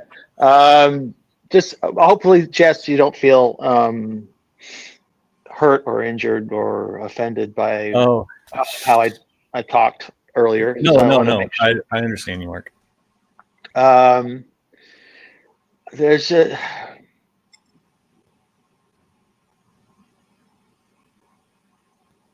I go back to John Wimber's question to a conference of pastors he spoke to 40 years ago. And the question was, how many Christians like you do you want to be around?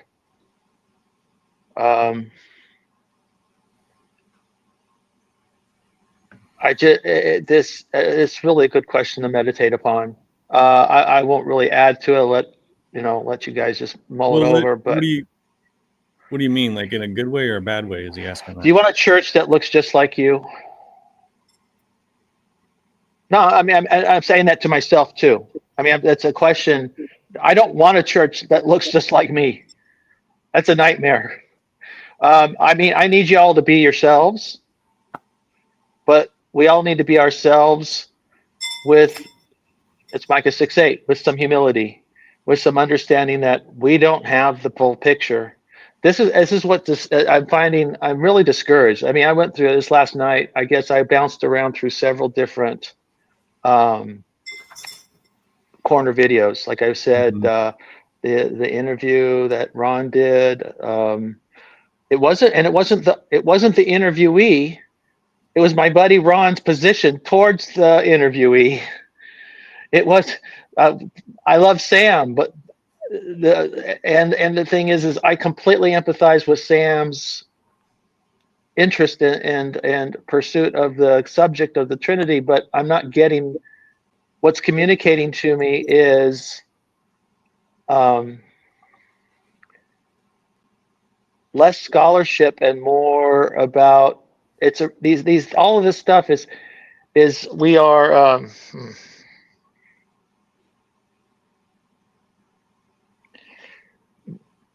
so much of our talk right now is reflecting more of a state of our inner turmoil than it is shedding light on the subjects we presume to be discussing. For whatever reason, we're engaged in a kind of circular regurgitative act. That's like really dogs good, that just Mark. keep returning to our vomit. Well, Mark, I think there's a reason why we do that. Really, really good. And I think there's a reason why we do that, by and large, and not just here, just like. Well, it's breaking my heart right now, so I'm sorry.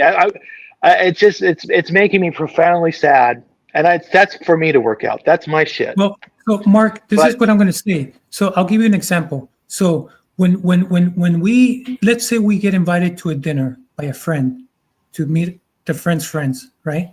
And let's say also that our let's say we have a sibling our age, and they're part of the group. So they're also going to be going. Now, I'm going to give you 2 examples. One where you're going to feel comfortable with your sibling, your brother or your sister, right? And you're going to say it like it is because you care about them. And the other instance, you're going to be extremely courteous because you don't say what you want to say with the stranger out of politeness. So let's say you're in the restaurant, 2 scenarios, right? And everybody's eating. It's a fine dining experience. Like, oh, this is cool. I haven't done fine dining in like 3 years. And it's all nice and formal, tablecloth. And everybody's eating, and you notice something. Everybody's chewing with their mouth closed. And 2 different scenarios. One, the stranger is eating, slapping, like with their mouth open. You out of courtesy for the stranger, you're not going to say anything. You're like, oh, man. Right? But in the same instance, to the sibling, you're like, hey, don't chew with your mouth open. Right? You know better, right? Our mom, right? If you had the same, remember, if we have the same, we're supposed to have the same ideology, you go to your sibling, like, hey, quit chewing with your mouth open. It's fine dining, right? But you wouldn't do that with the stranger. Can I hear from David really quick? I've literally got like 5 minutes max, and I've got to be on the road and out of here. Yes. So yeah, David Mark, and Jess, real quick. Yeah, Mark, I really, really related to what you were saying. I don't engage with God on a very musical level. And for a period of time, I went to a church where they did, like, they would have 3 sections. And one section was like music for like an hour. And I was like, I was purposely going there because this wasn't what I was like. I wanted to be stretched and changed and brought into something new. I've heard you talk, Mark, about this yourself, about your church congregation, that it is like it's considerably more conservative than you yourself might be. And I think that is part of being part of a legitimate body, where you need the right balance between individual and united, where I was on a stream sometime last week, and me and Nate were disagreeing with each other, but it was a really helpful disagreement. And there's other situations where you agree and it's a helpful agreement, and you want the right amount of those things. Because if those are off balance, then it's just like our agreements are all masturbation. And all of our disagreements are also a different form of masturbation. It's not productive. It's just destructive. Jess? Yeah, I mean, even the fact that we're talking about how we're talking is I think demonstrative of what you're saying, Mark, is that we're having a conversation about how we're having conversations. And that is sort of recursive and circular. Right. And part of it, I think, is fruitful because I think really, if we put it towards like what the estuaries are supposed to be, like that's what an estuary is. It's about a certain type of environment to have a certain type of conversation. And it may be why, and it's also what we're trying to figure out, like what we have been doing. But there also is a sort of self-destructiveness in that we could lose the thread that was there in the beginning, and we just start talking about talking.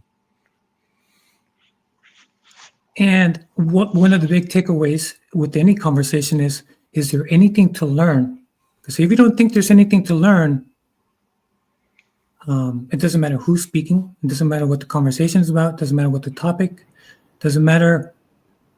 If you don't think there's anything to learn from a conversation, from a textbook, from a book, from anything, then, because isn't that the whole point of a dialogue?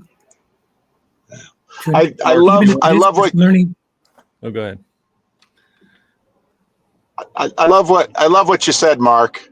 And it's so the first time I knew Jordan Peterson paid any attention to my channel was when I made a video on why my kids watch The Office. because I was noticing that my teenage kids were watching The Office over and over and over and over again. I was like, well, that's interesting. And I noticed that when they were little kids, they'd watch Pinocchio over and over and over and over again. And I think you're exactly right, Mark, that we all get stuck in certain things. And what's interesting to me is that just like each of us as individuals get stuck in certain things, there is this collective body, which is super subtle and amorphous, that also gets stuck in certain things. And so what's interesting to me is to ask the question, why do, and of course not all of us, because it's that sort of thing, this strange body that we have, why do we get stuck in some things and not others? What are about those things? Because just like with an individual, if you can sort of pause and notice, I'm always stuck on this. And, you know, I love the illustration that David gave earlier that, you know, well, you know, we can't have people over because the dishes in the sink. Okay, I'll do the dishes. Oh, we can't have people out. Well, because the kitchen's a mess. Okay, clean the kitchen. And you get to the point that we just can't have people over. We only discover these things by interacting with each other. And so, again, to me, the really interesting thing about the T-Grog experience is not so much that, because we've all seen Tim online, he's a perfectly wonderful guy, and you know, I would have no problem, you know, giving Tim power of attorney over this or that, even with the tiny little things I know about him. But it's interesting that, okay, what are the issues that, like a dog returns to its vomit, we keep coming round to? And so, you know, it was very interesting, Mark, when you came on and says, you know, and said what you said, because I said, well, that's sort of part of Mark's purpose in this corner, because Mark D. Parker is sort of the he's sort of the border collie of the corner. Make sure nobody gets excluded. Make sure everybody's getting a fair hearing. And so that's your function. And so you do that. And other people are the beagles of the corner, and people pay attention to all this circular talking, and no, we're, you know, don't talk about the corner. That's when things go bad. And so it's, to me, it's fascinating, because it's by talking to each other that we begin to learn not just who I am as an individual, but to begin to learn what this collective is. And I love also what you said, David, about your, you know, you're planting this church, and you wanted to get the stark feedback of this woman. I was bored and I didn't understand anything you've said.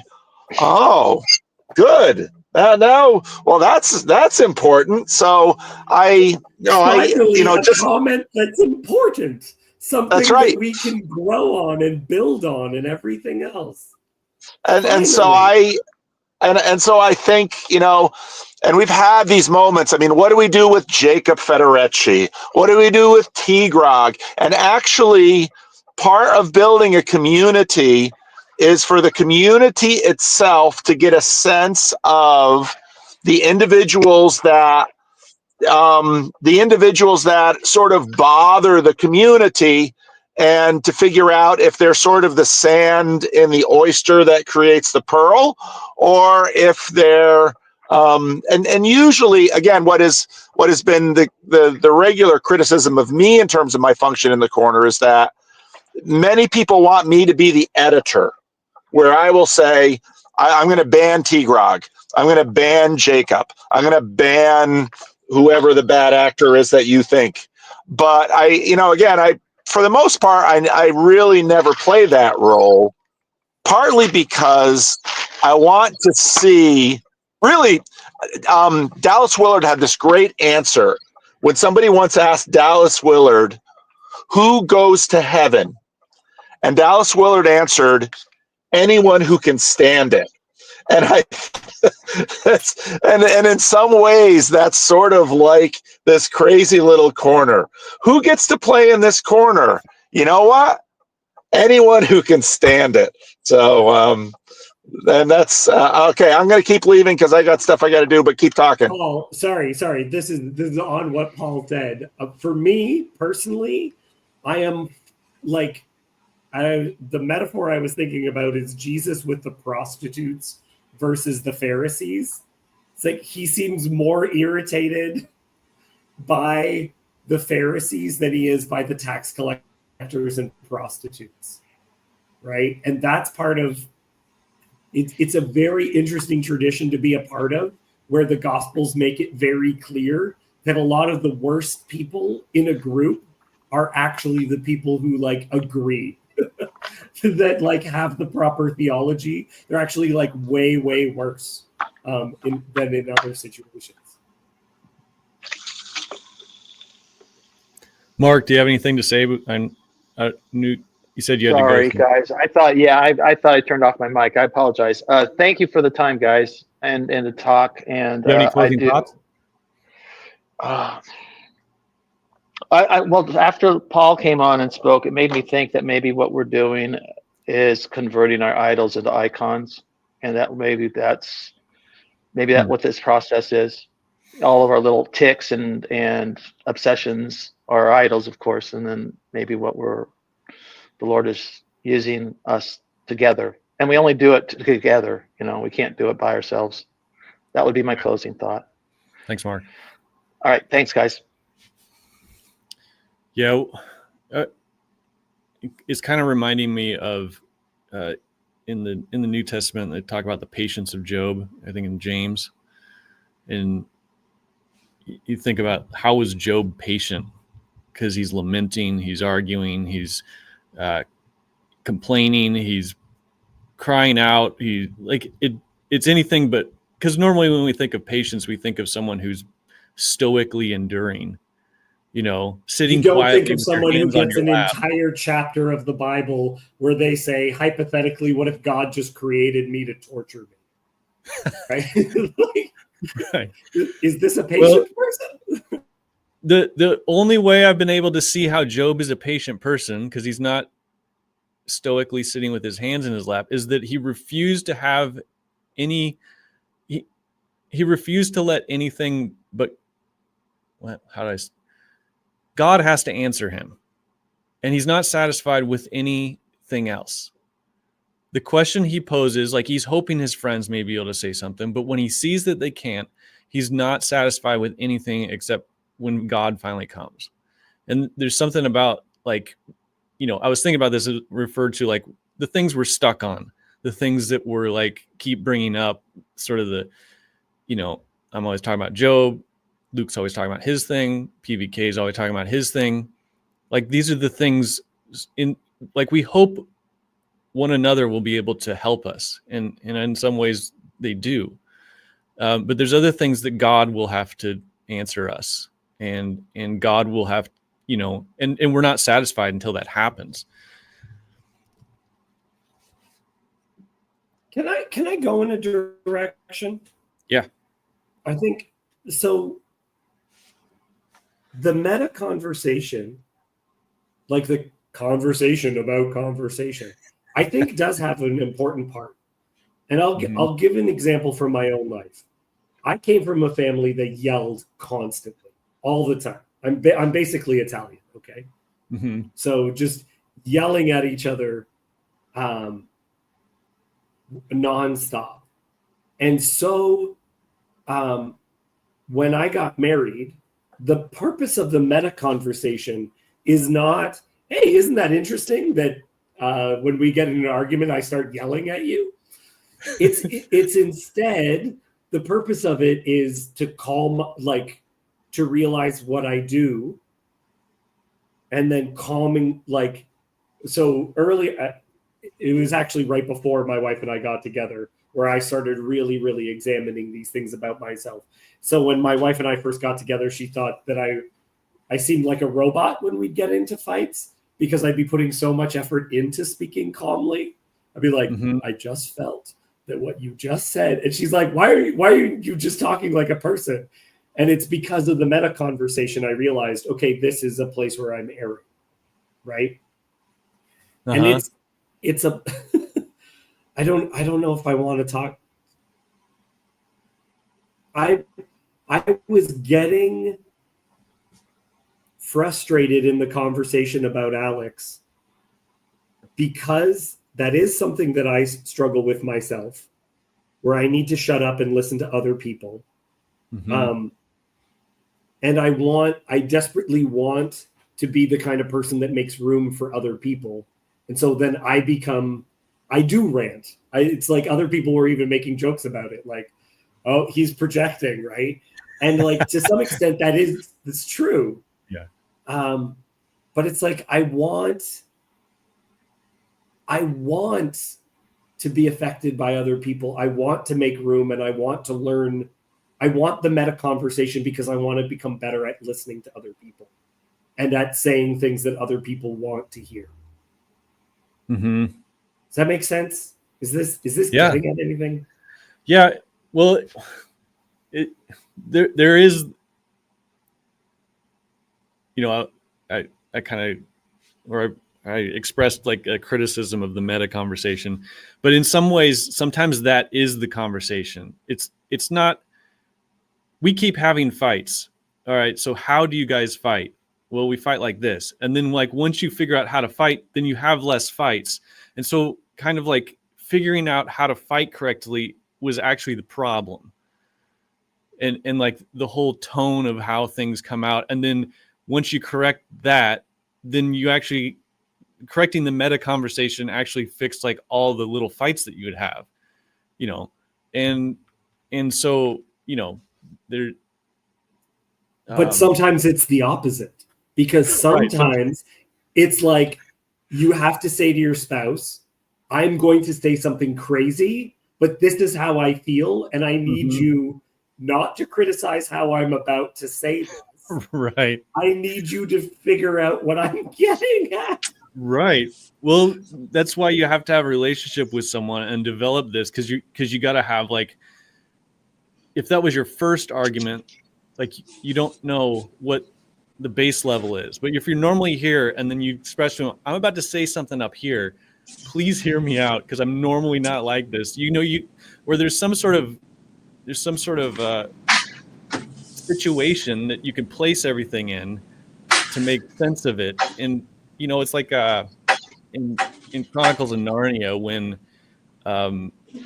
they're accusing, was it Lucy, of lying, and they go to the professor and they're like, she's saying all this crazy stuff happened, and they said, well, or the professor says, does she normally lie? And they're like, no, she normally tells the truth all the time. She never lies. Like, why would you think she's lying now? You know, there's this relationship that the professor brings back into it. So yeah, I mean, that's obviously kind of what we're doing is sort of building an environment in order so that we can say the crazy thing that needs to be talked about. That normally you can't say, or you can't bring up, or you can't have a conversation about. Michael, what's up? Well, you know, just kind of jumped in. I've been listening for, I don't know, half an hour or something. So, so I don't know what, like, the first thing that got us onto the conversation about conversations, but I know that's a perennial favorite here in the corner. So. Yeah, T-Grog had taken over Paul's channel, or taken over as the subject of Paul's channel yesterday. He was in this chat when Luke was going. I think he's back. T-Grog, are you here? Yeah. I think he came back too. And then, like, Michael, are you feeling better? Michael was feeling sick last week, or took a day off. Yeah, mostly. Yeah, you know, I have a little, you know, I got a little cough that I'm sure will linger for a while, but it's not enough of an excuse to not be a productive member of society. So, yeah.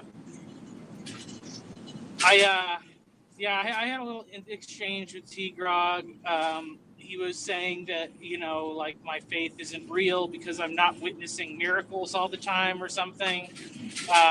and like handling snakes, and then I found out, okay, well, I just sent him the link to my book, and I said, here, if you can read this book, and then you can critique that. So that's the good. It should give him a little something to chew on.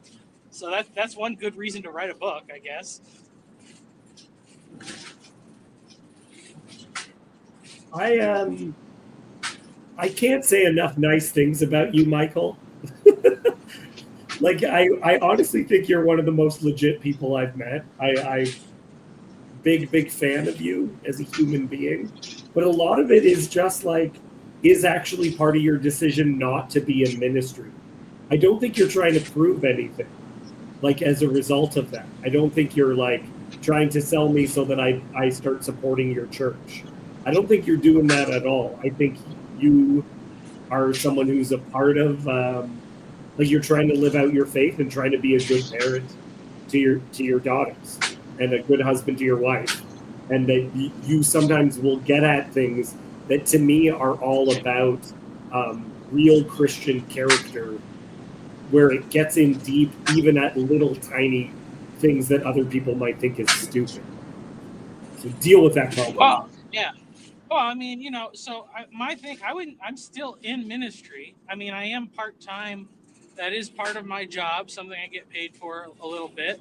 It's not my primary income. But, and I kind of went on this journey from like when I was leaving high school and went to study the ministry, because I was like, well, that's the most important thing. And I still do think it's the most important thing. I just realized that like church has become such a siloed thing, so disconnected from the other aspects of people's life. And it's just funny because like when T. Grog, like anybody that points to the multiplicity of Christian traditions, like that just proves to me that like it's a natural part of human like community. I don't know, like because what I've discovered is that like, yeah, I was in my little first bubble, like of my parents' church, and then I met kids that went to a different church without different beliefs, and then it was like, well, we obviously both love Jesus, but we have these different opinions about things. But the fact that like real relationality was there just meant, I guess we're, at some point it just leads to that kind of whole meta discussion where there is not need to be like one true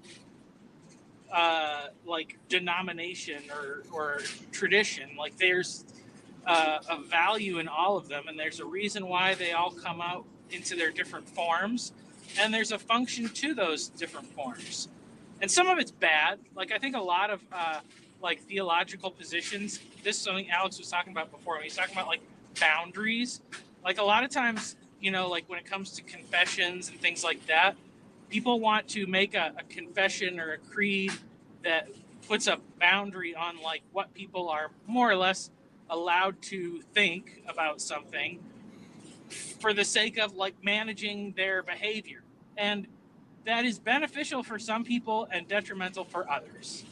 But like, it, and some of those things are probably wrong, but it doesn't mean that it doesn't make sense that they're there. So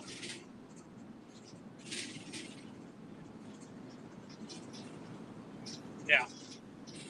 Does that make sense? Yeah. Yeah, I like it.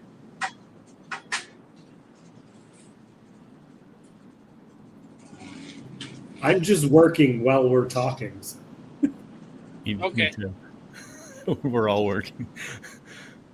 Tayo wants to go back to patience, how we all have questions we get stuck on that only God can answer. Michael, have you had that experience? Yeah, for sure. I mean, like, okay, so like the weird experience that happened recently to me was like, this thing about like, I have autism or whatever, and that finding that out answered like a million unanswered questions that I had throughout my life about what did finding out I was like on the spectrum, like the autism spectrum. Because then it was like, oh, okay, so there's actually something different about me in the way that I perceive reality and how I interact with others. But like, I didn't find that out until I was like 39 years old. And so I just had a whole bunch of like, why do I always screw up relationships? Why do people always like never seem to understand what I'm trying to say? Like, and all these things.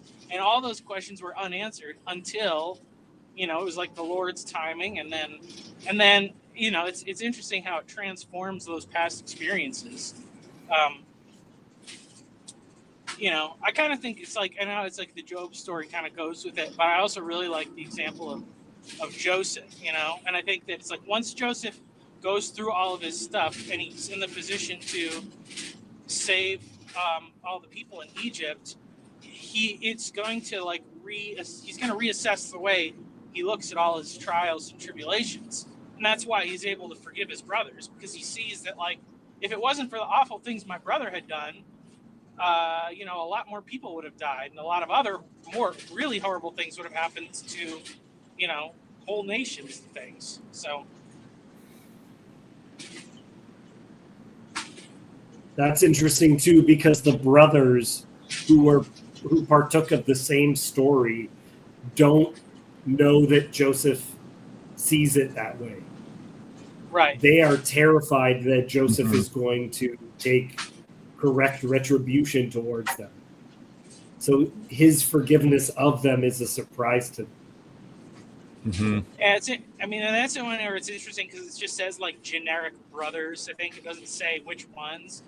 But I think, you know, what Joseph notices earlier he sees that same thing that's taken place in Judah, because Judah goes through the whole thing with Tamar, and then he's a changed man, and then he's willing to take Benjamin's place, and that's like the catalyst for Joseph revealing his identity.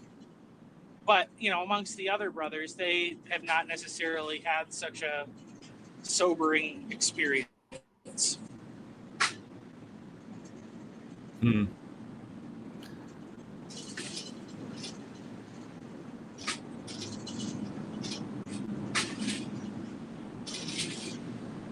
Jess, can I ask your opinion on something Job related? Yes. Back. There's it's a bless God and die. You know about the bless God and die bit? Yeah. That the Hebrew literally says bless God and die. Yeah. But it is to be understood that he says curse God and die. Yeah. What do you think about that?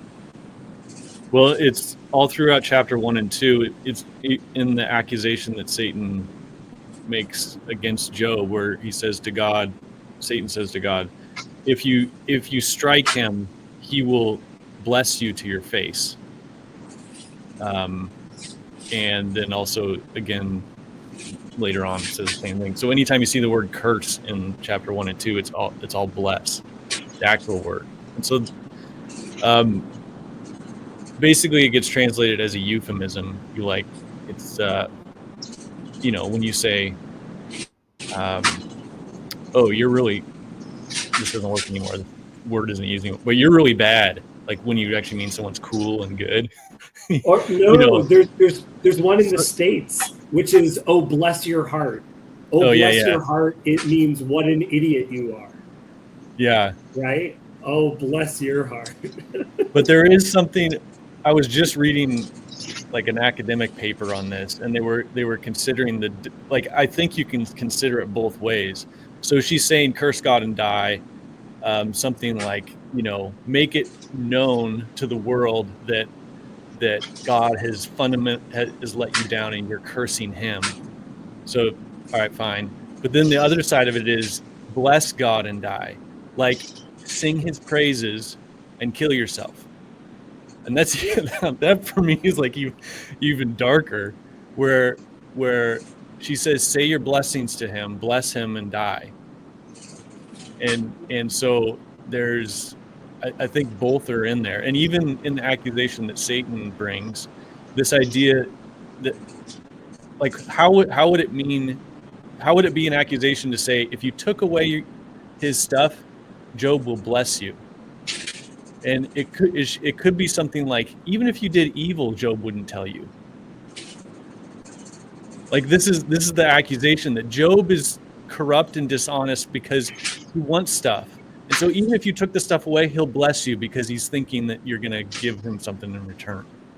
I've wondered about that too, because when he says the Lord giveth and the Lord taketh away, we know from the text that it was actually Satan who took away. So he is in that response giving God credit for what Satan did. Well, God takes credit for it in the chapter 2, because the second time Satan appears, God says, "Have you considered my servant Job? And you enticed me against him to destroy him without reason." And so God says that he's destroyed Job without reason. And so there, you know, if a king has subjects and the king sends someone out and says, do what you think should be done in the situation, and the guy does it, the king isn't, you know, the good proper king isn't like, it wasn't me, it was this guy over here. Like, God sort of takes full responsibility for it, even though it's, you know, Satan is different in the book of Job a little bit, because the name's, it's not a name, Satan. Satan is a title, meaning the accuser, which is actually a role that someone may have in their kingdom, of someone that would bring up problems to the king, because the king has a, you know, if everyone's saying, oh, everything's good in my area, when it's actually not, the king would appoint someone specifically to bring problems to him so that he would know what's going wrong and not everyone just telling him what he wants to hear. So a friend of mine was talking to me about how God would have to be guilty for everything human beings did because he created us. And so it's unfair if human beings get punished, because really it should be God who takes the punishment. And I just looked at him and said, you know, I'm a Christian, right? like I just agree. I agree with everything you just said. Yeah. Yeah. In fact, God seems to say, yes, correct. Yeah. In Carl Jung's book on the book of Job says, he's talking about Christ in that book, but he says that basically God is paying, or he's paying for his sins, and that he needs our forgiveness for what he's done to us. What do you think of Chesterton's idea that God shows up and says, I don't even know how all this stuff works? Do you think I think that's a bad description? How do you do you think that there's anything to that? Zizek kind of, when Zizek talks about Chesterton, he frames it like that, which I think is hilarious. He's like, you know, Zizek says that, you know, Job's complaining, none of this makes sense. Why is this happening to me? And then God shows up and he says, what happened to you doesn't make sense. Like, look at the whole universe. None of it makes sense. It's all a big catastrophe. Yeah, well, and so that is, I'm glad that you actually knew that where I was getting that from, because I didn't read that from Chesterton. I read that from, or listened Chesterton to... Chesterton doesn't say that specifically. Okay. Chesterton says something like that God comes to the person asking questions and doesn't discourage them from that, but encourages them to ask bigger and bigger questions until finally they question their doubt, or they question themselves. He says by some miracle, he overwhelms the questioner with more questions until they question themselves, or something like that. That's good. That's very good. Yeah, no, but Chesterton on Job is awesome. He has a little essay on Job, and that's just worth reading, because he talks about the Old Testament God in there and how he's like the primary subject for him of the Old Testament is the loneliness of God. He's like, there, in the Old Testament, there seems to be only one character. There's only God. Everything else seems sort of like mechanical and automated and stuff. And the only one that sort of has any depth to him is God himself. And so God has this problem of loneliness, which is trying to get figured out. Thank you. Really, thank you for clearing that up, because I heard the Chesterton bit from Zizek, possibly the same thing you're referencing. And it's when he's trying to say that, like, because he identifies as a Christian atheist, where he's like, you need God to actually say God doesn't exist. So he uses that Chesterton quote, but then also, what's it called? Jesus on the cross. He's like, that's the most important thing, that God becomes an atheist. Yeah. Like, well, he's like, atheism only comes out of Christianity, and he sees the root of it. He's like, right. Christ on the cross makes way for atheism possible. Atheism to be possible. It's kind of funny, but it has a really good point, I think. Yeah, you don't see atheists springing up out of other. It's only after secularism gets spread. This is Tom Holland's whole point. I mean, secularism spreads, and then that's what creates atheists, and then that's also the fruit of Christianity. Okay, I don't know where we're at. Yeah, I think, like, if you think about, like, this thought about God, like, becoming an atheist or whatever, what you have, like, in the incarnation is beyond that, because it's like God willingly giving up the thing that it's something beyond what we, like, believe in, but something that he knows and understands, in the surrender of that godness, like, it goes beyond, like, not believing in God. He gives up being God, essentially. Yeah. Jason, I want to talk about God not knowing everything. You want to talk about God not knowing everything? Yeah, because isn't that what you said, David? Because I think I love when God does little bits like that. So I don't think he does. That's what okay, go ahead. Yeah. Yeah, one of my favorite quotes from the prophetic literature is God says, "Not only did I not ask you to sacrifice your children, it didn't even occur to me that I could ask you to do that." Right? That's God's. He's like surprised that, right? Well, anybody that's ever written anything at all understands this. Mm-hmm. Right? Like, if you've ever been a creative writer, you understand that most of what you write, most of what I've written has not existed prior to it reaching the page. So like I'll have vague idea based on my own experience, and then I start telling the story, and then all of a sudden the story starts to take shape of its own. And yeah, because you allow for it to exist. Like it gives space for imagination, and you're not like locking things in a box. That's why I was saying in the comment. How great would that be, right? To lock everything in a box, have everything. No, I mean like that like God is like experiencing the story unfold as we are. Mm-hmm. Yeah, that's what I think. Because that's how it happens with your children. Like when it says God knows the beginning from the end, it doesn't say he knows every little detail about every little tiny thing. It's like he loves in the beginning and he loves at the end. You only need to know one simple thing, and then you can know everything. And that's how it is with your kids. It's like, I'm going to love them in the beginning, I'm going to love them in the end, so therefore I know them. I know them fully. Like everything they do, it almost is, it's not irrelevant, but it kind of is, because they're encompassed in this love that is, like, that's why I say God is all-knowing, just for the simple fact that he loves. Like, he doesn't have to know everything. That's why there's all that mystery still. It allows for mystery, like the stories you're talking about, like your child's life.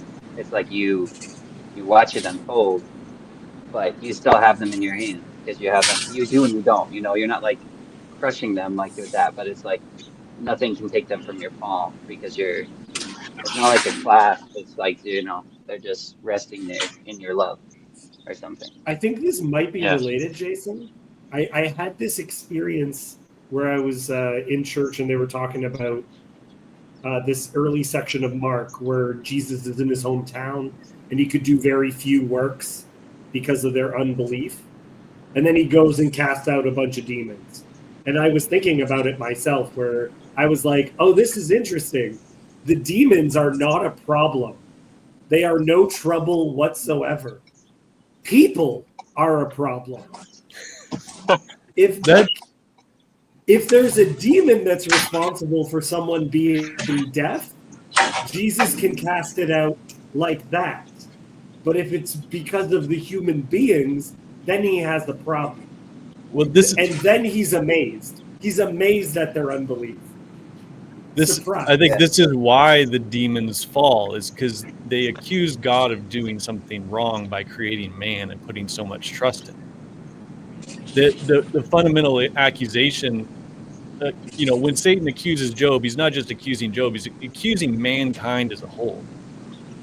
Because the best man, he's accusing, there's this internal corruption there. You should have never created them. This is a giant mess. What are you doing, God? It's a judgment of God for his foolishness. And God's back to the surprise, the God knowing things. This is a point I love from not Chesterton. I got Chesterton in my head. George MacDonald, where he says, I believe that God is surprised continuously. He's always surprised, like just constantly surprised and delighted. I was thinking about, we have these things that we say about the problem of pain, like what kind of God would create a world where, the suffering and blah, blah, blah, all the different suffering. It's like the same kind of God that would actually allow you to have life. If you really think about that, like the fact that, yes, many have suffered, like unspeakable. There are some unspeakable things I can think about that are really, really horrible. And yet, there's this really terrible story about this baby whose mother left the child in the crib to go spend time with a boyfriend for the weekend. And just you can imagine the horrible things that happen with this child, an infant. And it's so horrible. And yet that something about the child having the miracle of life, even though it was very short and very horrible in the very end, it's still a miracle, Yeah, well, I think it gets to, like, what we have here is a real world. It's like, even when people frame things like, we're just in the mind of God, we're within the imagination of God. And I guess in some way that's true, but in another way, we were made real. Like we have being that was gifted to us from God. And, we don't support ourselves. So there's some way which God sustains everything too, but also we have a reality about us that is actually real, so that we could do something that maybe God wouldn't expect, or when Jesus is amazed at someone's faith, like those are the kind of things that he sees come from someone has some ounce of faith, and he's amazed by it because he's not pulling the strings, he's not doing that came from the person, and so there's a reality to what we're not in a simulation. We're not a part of a multiverse. Like God really sort of placed his bets on a reality and not a fiction. And that gal that touched his robe, that story always floors me too, because it has to do not just with merely just with God, but it's her faith, and she didn't even have to touch him, but his robe.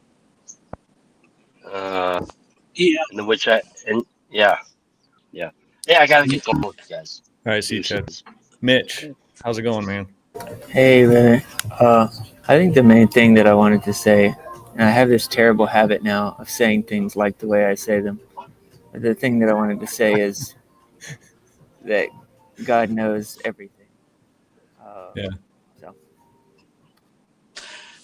Yeah, I'm not disagreeing with that. I I'm saying agree. he knows one thing and he knows everything. I'm just saying it's not in the way that I normally frame it. Mitch, we It's the actually same thing had with this conversation earlier where we said the importance of saying something regardless of whether or not you're saying it correctly. You're Right. like, I do think that's deeply important. It's good. It was very Thank you succinct too, and right to the point. I love it. Yes. No caveats. Well, God I knows think about that thing, the cost of like creating this world and God, and how like human suffering is not something separate from God, but like that it's something he does experience in some way, because I think about like the way you create things, because I think, if you say like, what is the world that God wanted to create? We have a vision of the world that he ultimately wanted to create, like in Revelation, this new heavens and the new earth. But, when you make something, you can have like the vision of the thing you want to make, but then you have to more or less figure out how do you get there. And, it's like the same thing with, it's like, okay, it gives the vision to Moses of like the tabernacle, or the vision of the ark to Noah.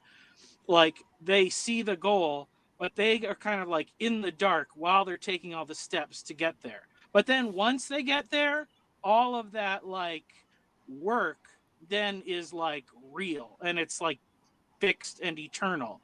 And so I think that like, because there is like a future that God truly desired, which is one where we like see him face to face, he's allowing us to go through this painful process of living life in the way that we experience it now. And so in some sense, like future God, which that's the whole thing with like time, like God invents time, so how do you like deal with that? But it's like, yes, future God knows everything and sees everything and has all the answers. Sometimes he will like grab a little bit of that future and like inject it into our timeline to like keep us going, and he gives us that little like foretaste of the ultimate. But like it's but he also like entered into this suffering process in a personal way through the like incarnation. And so I think that that's yeah, it's one of those complicated things, but it gets to the point where you can't ultimately like think like how dare God inflict suffering on humans. Like trust me, it's more pain. Humanity's existence is more painful for him than it is for us. Well, I'm wondering this, and I was thinking about it related to what you were saying, Jess, about how by condemning humanity, Satan is actually condemning God.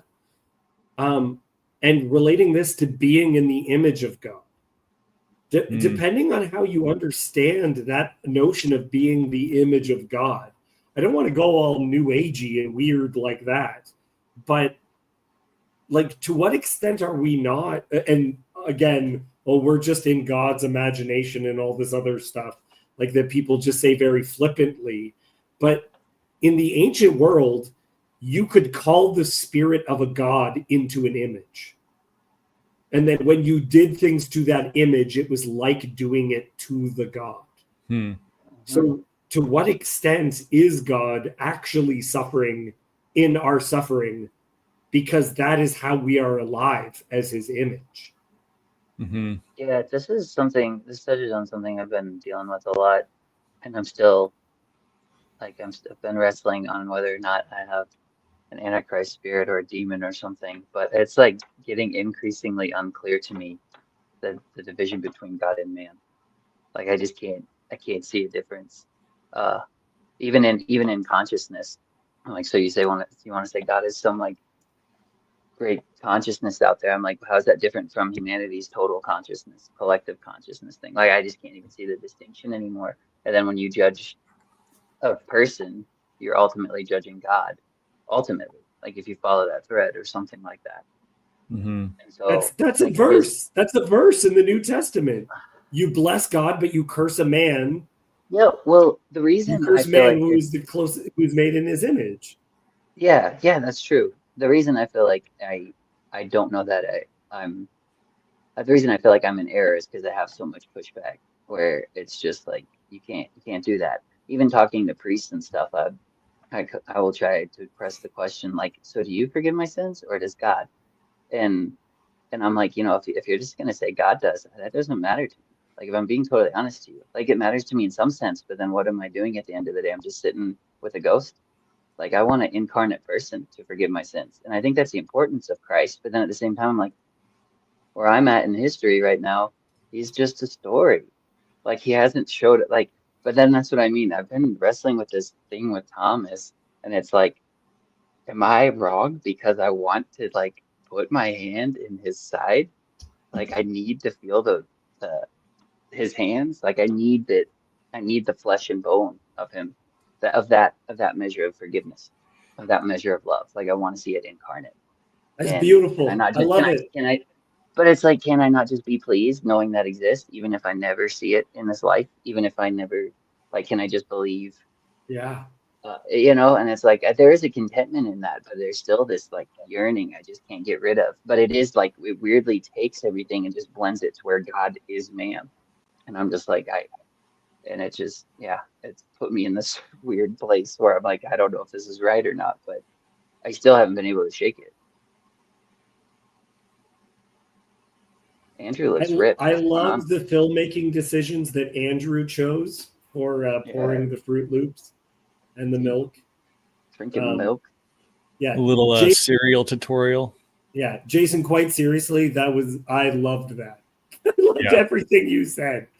I might return to this and steal every word you said and put it into a play. I liked it that much. Okay. Yeah. This was it's been Jason, a struggle lately, but has there ever been a time where the distinction was very clear to you, and what do you think changed? The times where I feel like it's clear are weirdly kind of times of despair or something, where it's like, man, like those moments like we talked about, Mitch, where you throw out this truth about yourself, and kind of it just lingers out there and you're waiting on that love to meet you or something. And it's like, okay, so I just confessed this thing to this person. Now I gotta wait to see if they'll forgive me. And it's like, okay, if they don't, I mean, I guess God still does, and Jesus still does too, and I can still not only try to hinge my hope on that or faith on that. It's just like there is nothing else. So it's like even if that's the case and that's all there is, it's like that's all I can hope for. So that's what I have to believe in and have to try to be in this world. I have to try to be like God and be like Christ. So, but there's still this weird kind of despair of like, God, I hope this person forgives me. Like I hope this person that's here now face to face with me, I hope they can forgive me. And so it's like, you know what I mean? I think so. I mean, we do think of, Christ's church being his body, and in that sense, bringing him incarnationally into the world, and to that measure, the forgiveness of someone else in that body is I mean, it's huge. But it's only ever, it's never autonomous. It's always deputized by the head, which is Christ. And so in that sense, they're not just, I mean, there's a sense in which they're not distinguishable, but the greater sense, more often it seems like we have to talk about it in distinction. But there is a sense in which there's a harmony there, where he as the head, directs. I mean, you could say the hand's doing it when I do something, but usually you say Mitch is doing it. That makes the most sense. Yeah, that makes sense. There was, on the, I mean, hopefully I can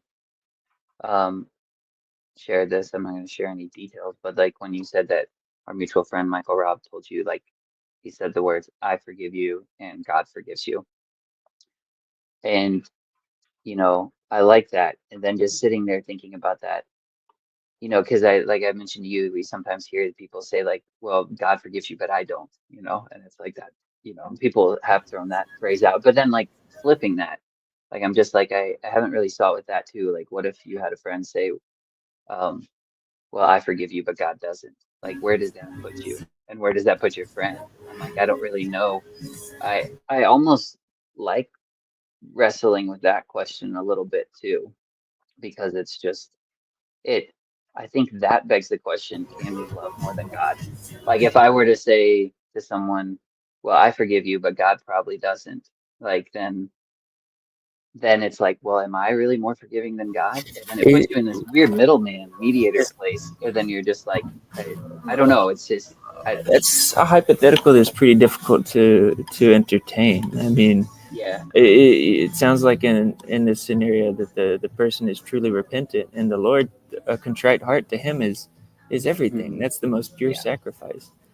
So I mean, it's that's a tough hypothetical to entertain.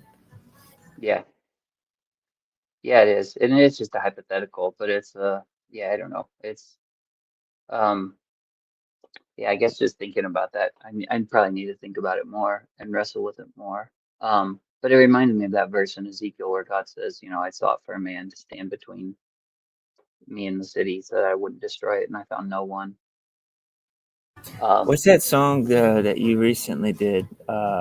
Is it Perfect Riddance, where it talks about, like I'm too selfish to get on the cross for someone else, like there is always this spottedness to us that prevents us from taking on that place that in our best moments we would like to take on.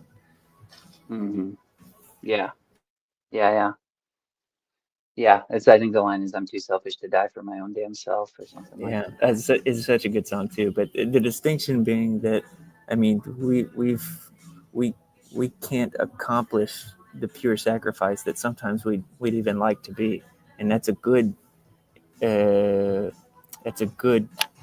thing to want, to be able to intercede. And there are small ways which we can seriously do that, or we could take off this very temporal burdens of other people, and in that way we act as little Christs. But in the ultimate pardon, we're powerless to be that intercessor.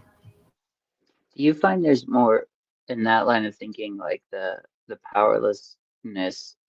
Do you find there's despair in that, or more hope? Because to me, I just feel like, it's kind of gets at one of those things where God says, be perfect, or Jesus says, be perfect as your Father in heaven is perfect. And I've heard people say, well, obviously you can't do that because no one can be perfect. And I feel like God's not really pulling your leg. Like there actually is something you could actually be one with him. But are you saying like you kind of can't? Like I think you can be perfect is insofar as like that's the direction you're moving in. Like I choose today to be perfect, but obviously I know what's behind me, and I know that's still me, and I don't like to say I know what's ahead of me. I think that's sort of a poor way of thinking. Like, oh, I know I'm going to sin again. I mean, that's you could think of that as there's a certain humility to that, but there's also a certain like I'm disregarding this be perfect mandate when you think along those lines. I think we should be perfect. I think we could be perfect, but we're not perfect. Be perfect now. You're not perfect.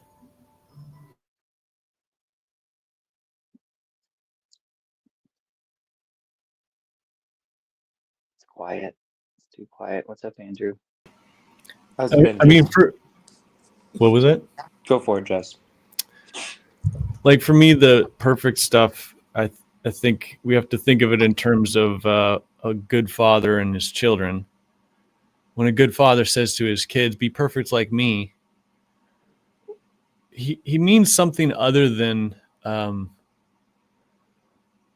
Well, that's how I picture God saying it to us. There is so often we think there's like some sort of Platonic ideal that we're always missing the mark on. We're always sinning. We're always doing this and that. And I guess there's some truth to that. But also, like, sin is not a problem for God. Sin is something that God has accounted for and made a way to be freed from. Sin is like our problem, and so when God says be perfect like me, and then he asks us to forgive each other, I think that's coming a little more close to what it means to be perfect than trying to behave, and there's a way in which strict obedience and behavior is not what God wants either. He wants, if your child wakes up in the morning and stands straight and just does whatever you say and doesn't do anything else, you're not being who you are. You're not being a child. Go play, go do something. I would rather you break something than stand like a robot beside me. You're freaking me out. And yeah. So, yeah. No, go ahead. No, that's all. I was just gonna say that reminds me of The Sandlot. I love that movie where he's like that, in the beginning, and he's like playing with all his Tinker toys, and she's like, "You need to go get in trouble. Like, go kid." Yeah, I have one son who's a little more prone to trouble, and I have another son who's prone to. He stays so far away from trouble. I'm like, I would be happy if you broke a window, like. I would flunk a class, like do something.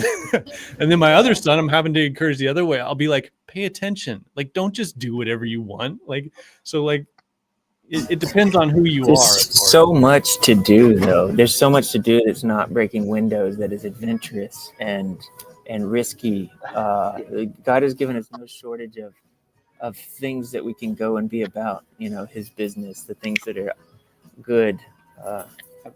I understand what you're saying. For sure, yeah. but my cautious son, like, he avoids all that good because he's afraid he's going to break a window. Mm-hmm. So there's that type of person. They're afraid so much of their own limitedness and their own sinfulness, and then, like, if they try something and it's not perfect, then that's their sin interfering. And it's better not to try anything at all. Like, there's those type of people, and I'm kind of more that way. And so, like, I always am encouraged by a message of, it doesn't matter if you break the window, we'll get it fixed, whatever. Just go do something. Like, something is better than just standing there paralyzed, Yeah, I think this gets at stuff. Yeah. Well, I think this gets at with the heart of what you were saying, and too, Jess. And I mean, I was kind of smiling earlier because I was just like, that's what I'd say over and over, that my theology is based around forgiveness. But I'm just like that. When you realize there's that blanket there, that unconditional love, then it's kind of like those things. It's not that you want them to harm someone else's property or do something wrong. It's just like there's an allowance for things to exist, and the forgiveness is what makes perfect. Like, that makes things perfect. Like, when you see, like, the bride in the New Testament who's like presented before God without spot and without blemish, is like, well, how could any of that be? Like, how can he take this whore of a church and present her spotless before him? And it's like, it's just forgiveness. Like, you experience that with your kids. Like, you could still call your kids perfect. Someone else might not, but you know, if you really love them, it's like, yeah, they're still perfect. They messed up a ton, but they're still perfect. So I don't know. That's just, I think when it's framed around forgiveness, that's why I think, that's why it always stood out to me. That's when I think that was one of the first times I really started to question it too. Just how I thought of the word perfection was because if you read Matthew, he says be perfect. But then if you read Luke, he says be merciful. And it's the same thing. And I'm just like, and that's what I mean. Like, go on that rabbit hole, looking at the mercy seat and everything else. Your kid's only perfect if they're perfect, right? Like, if they're being perfect. Like, again, not to say that they're doing everything exactly right, but that they are participating at some level in repentance and in mercy, that they're making an effort towards goodness. That's a good point. They have to be perfect, actually. I mean, I think that's a good point. And I feel like there's a way, like, okay, because me saying it's all blanketed in this unconditional love is kind of a way of, I think, kind of sidestepping and stepping out of the particular, like the moments in time when like someone actually is like murdering someone else or being disobedient or being not perfect, then when they are perfect. Like your point, Mitch, just reminded me of, forgive or you won't be forgiven. It's like, there is, when you're in that, when you're operating in that, being merciful to others and being perfect and blameless to others, that's when you are blameless, because you're really like not casting blame or something. Or it's like, it seems always like hand in hand. And to a point that you make often, being merciful is not overlooking the truth of the matter. And so there could be a sense of blame casting, but that blame casting is just as sometimes mercy can be getting on the cross for another person, judgment can be getting on the cross for another person, because you're having to make the risk of offering a judgment. That's scary. Truly scary. That is, sometimes mercy can be burying your talent in the ground and not breaking a window, because sometimes you have to risk the making a judgment, knowing that you're not perfect and it's going to come back on your own head. But it's out of love for the other person. Yeah, I want to hear if you said out more. Or sorry, go ahead, Jeff. Or in the parable of the talents, when the guy buries the talent, like why does he bury the talent? Yeah, his master is a hard master, and he's worried that if he loses it or loses what he invested in him, that and so there's a fundamental he doesn't understand his master, and he doesn't understand that what his master has given him will always give a return, and so there's this sort of like, and it's also the mistake the older brother makes in the parable of the prodigal son. The older brother is like, you never even gave me a goat for me to celebrate with my friends. And the father's like, you never asked. You never asked me. Everything I have is yours, and you never even asked.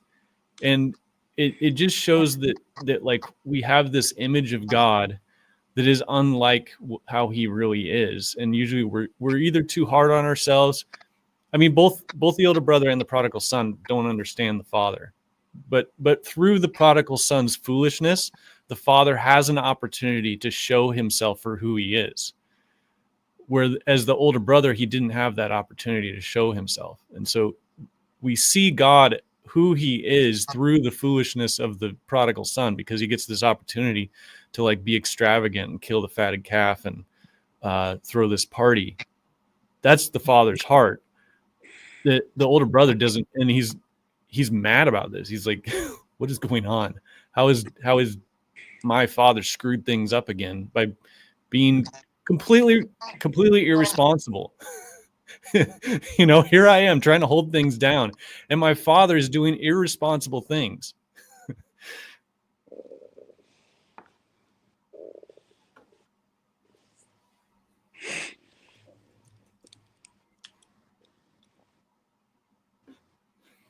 I got to get going here in a few minutes. I'm going to shut her down too.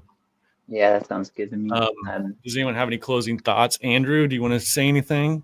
Just eat the cereal and be present. What cereal are you eating? I'm so curious. Fruit Loops. Fruit Loops. What? Do you like Fruity Pebbles? Never had them. Oh man, eat those. You'll put away Fruit Loops forever. Enjoy talking to you guys. Good talking to you too, Mitch. Good to see you. See ya. Amen. All right, Jason. Closing thoughts. You get the floor. I don't have anything else. Yeah, sorry. That's it. What? I said I don't have anything else. Sorry. That's it. All right, we'll end on that. Gentlemen, it's good to see you. See ya. Stream is ending.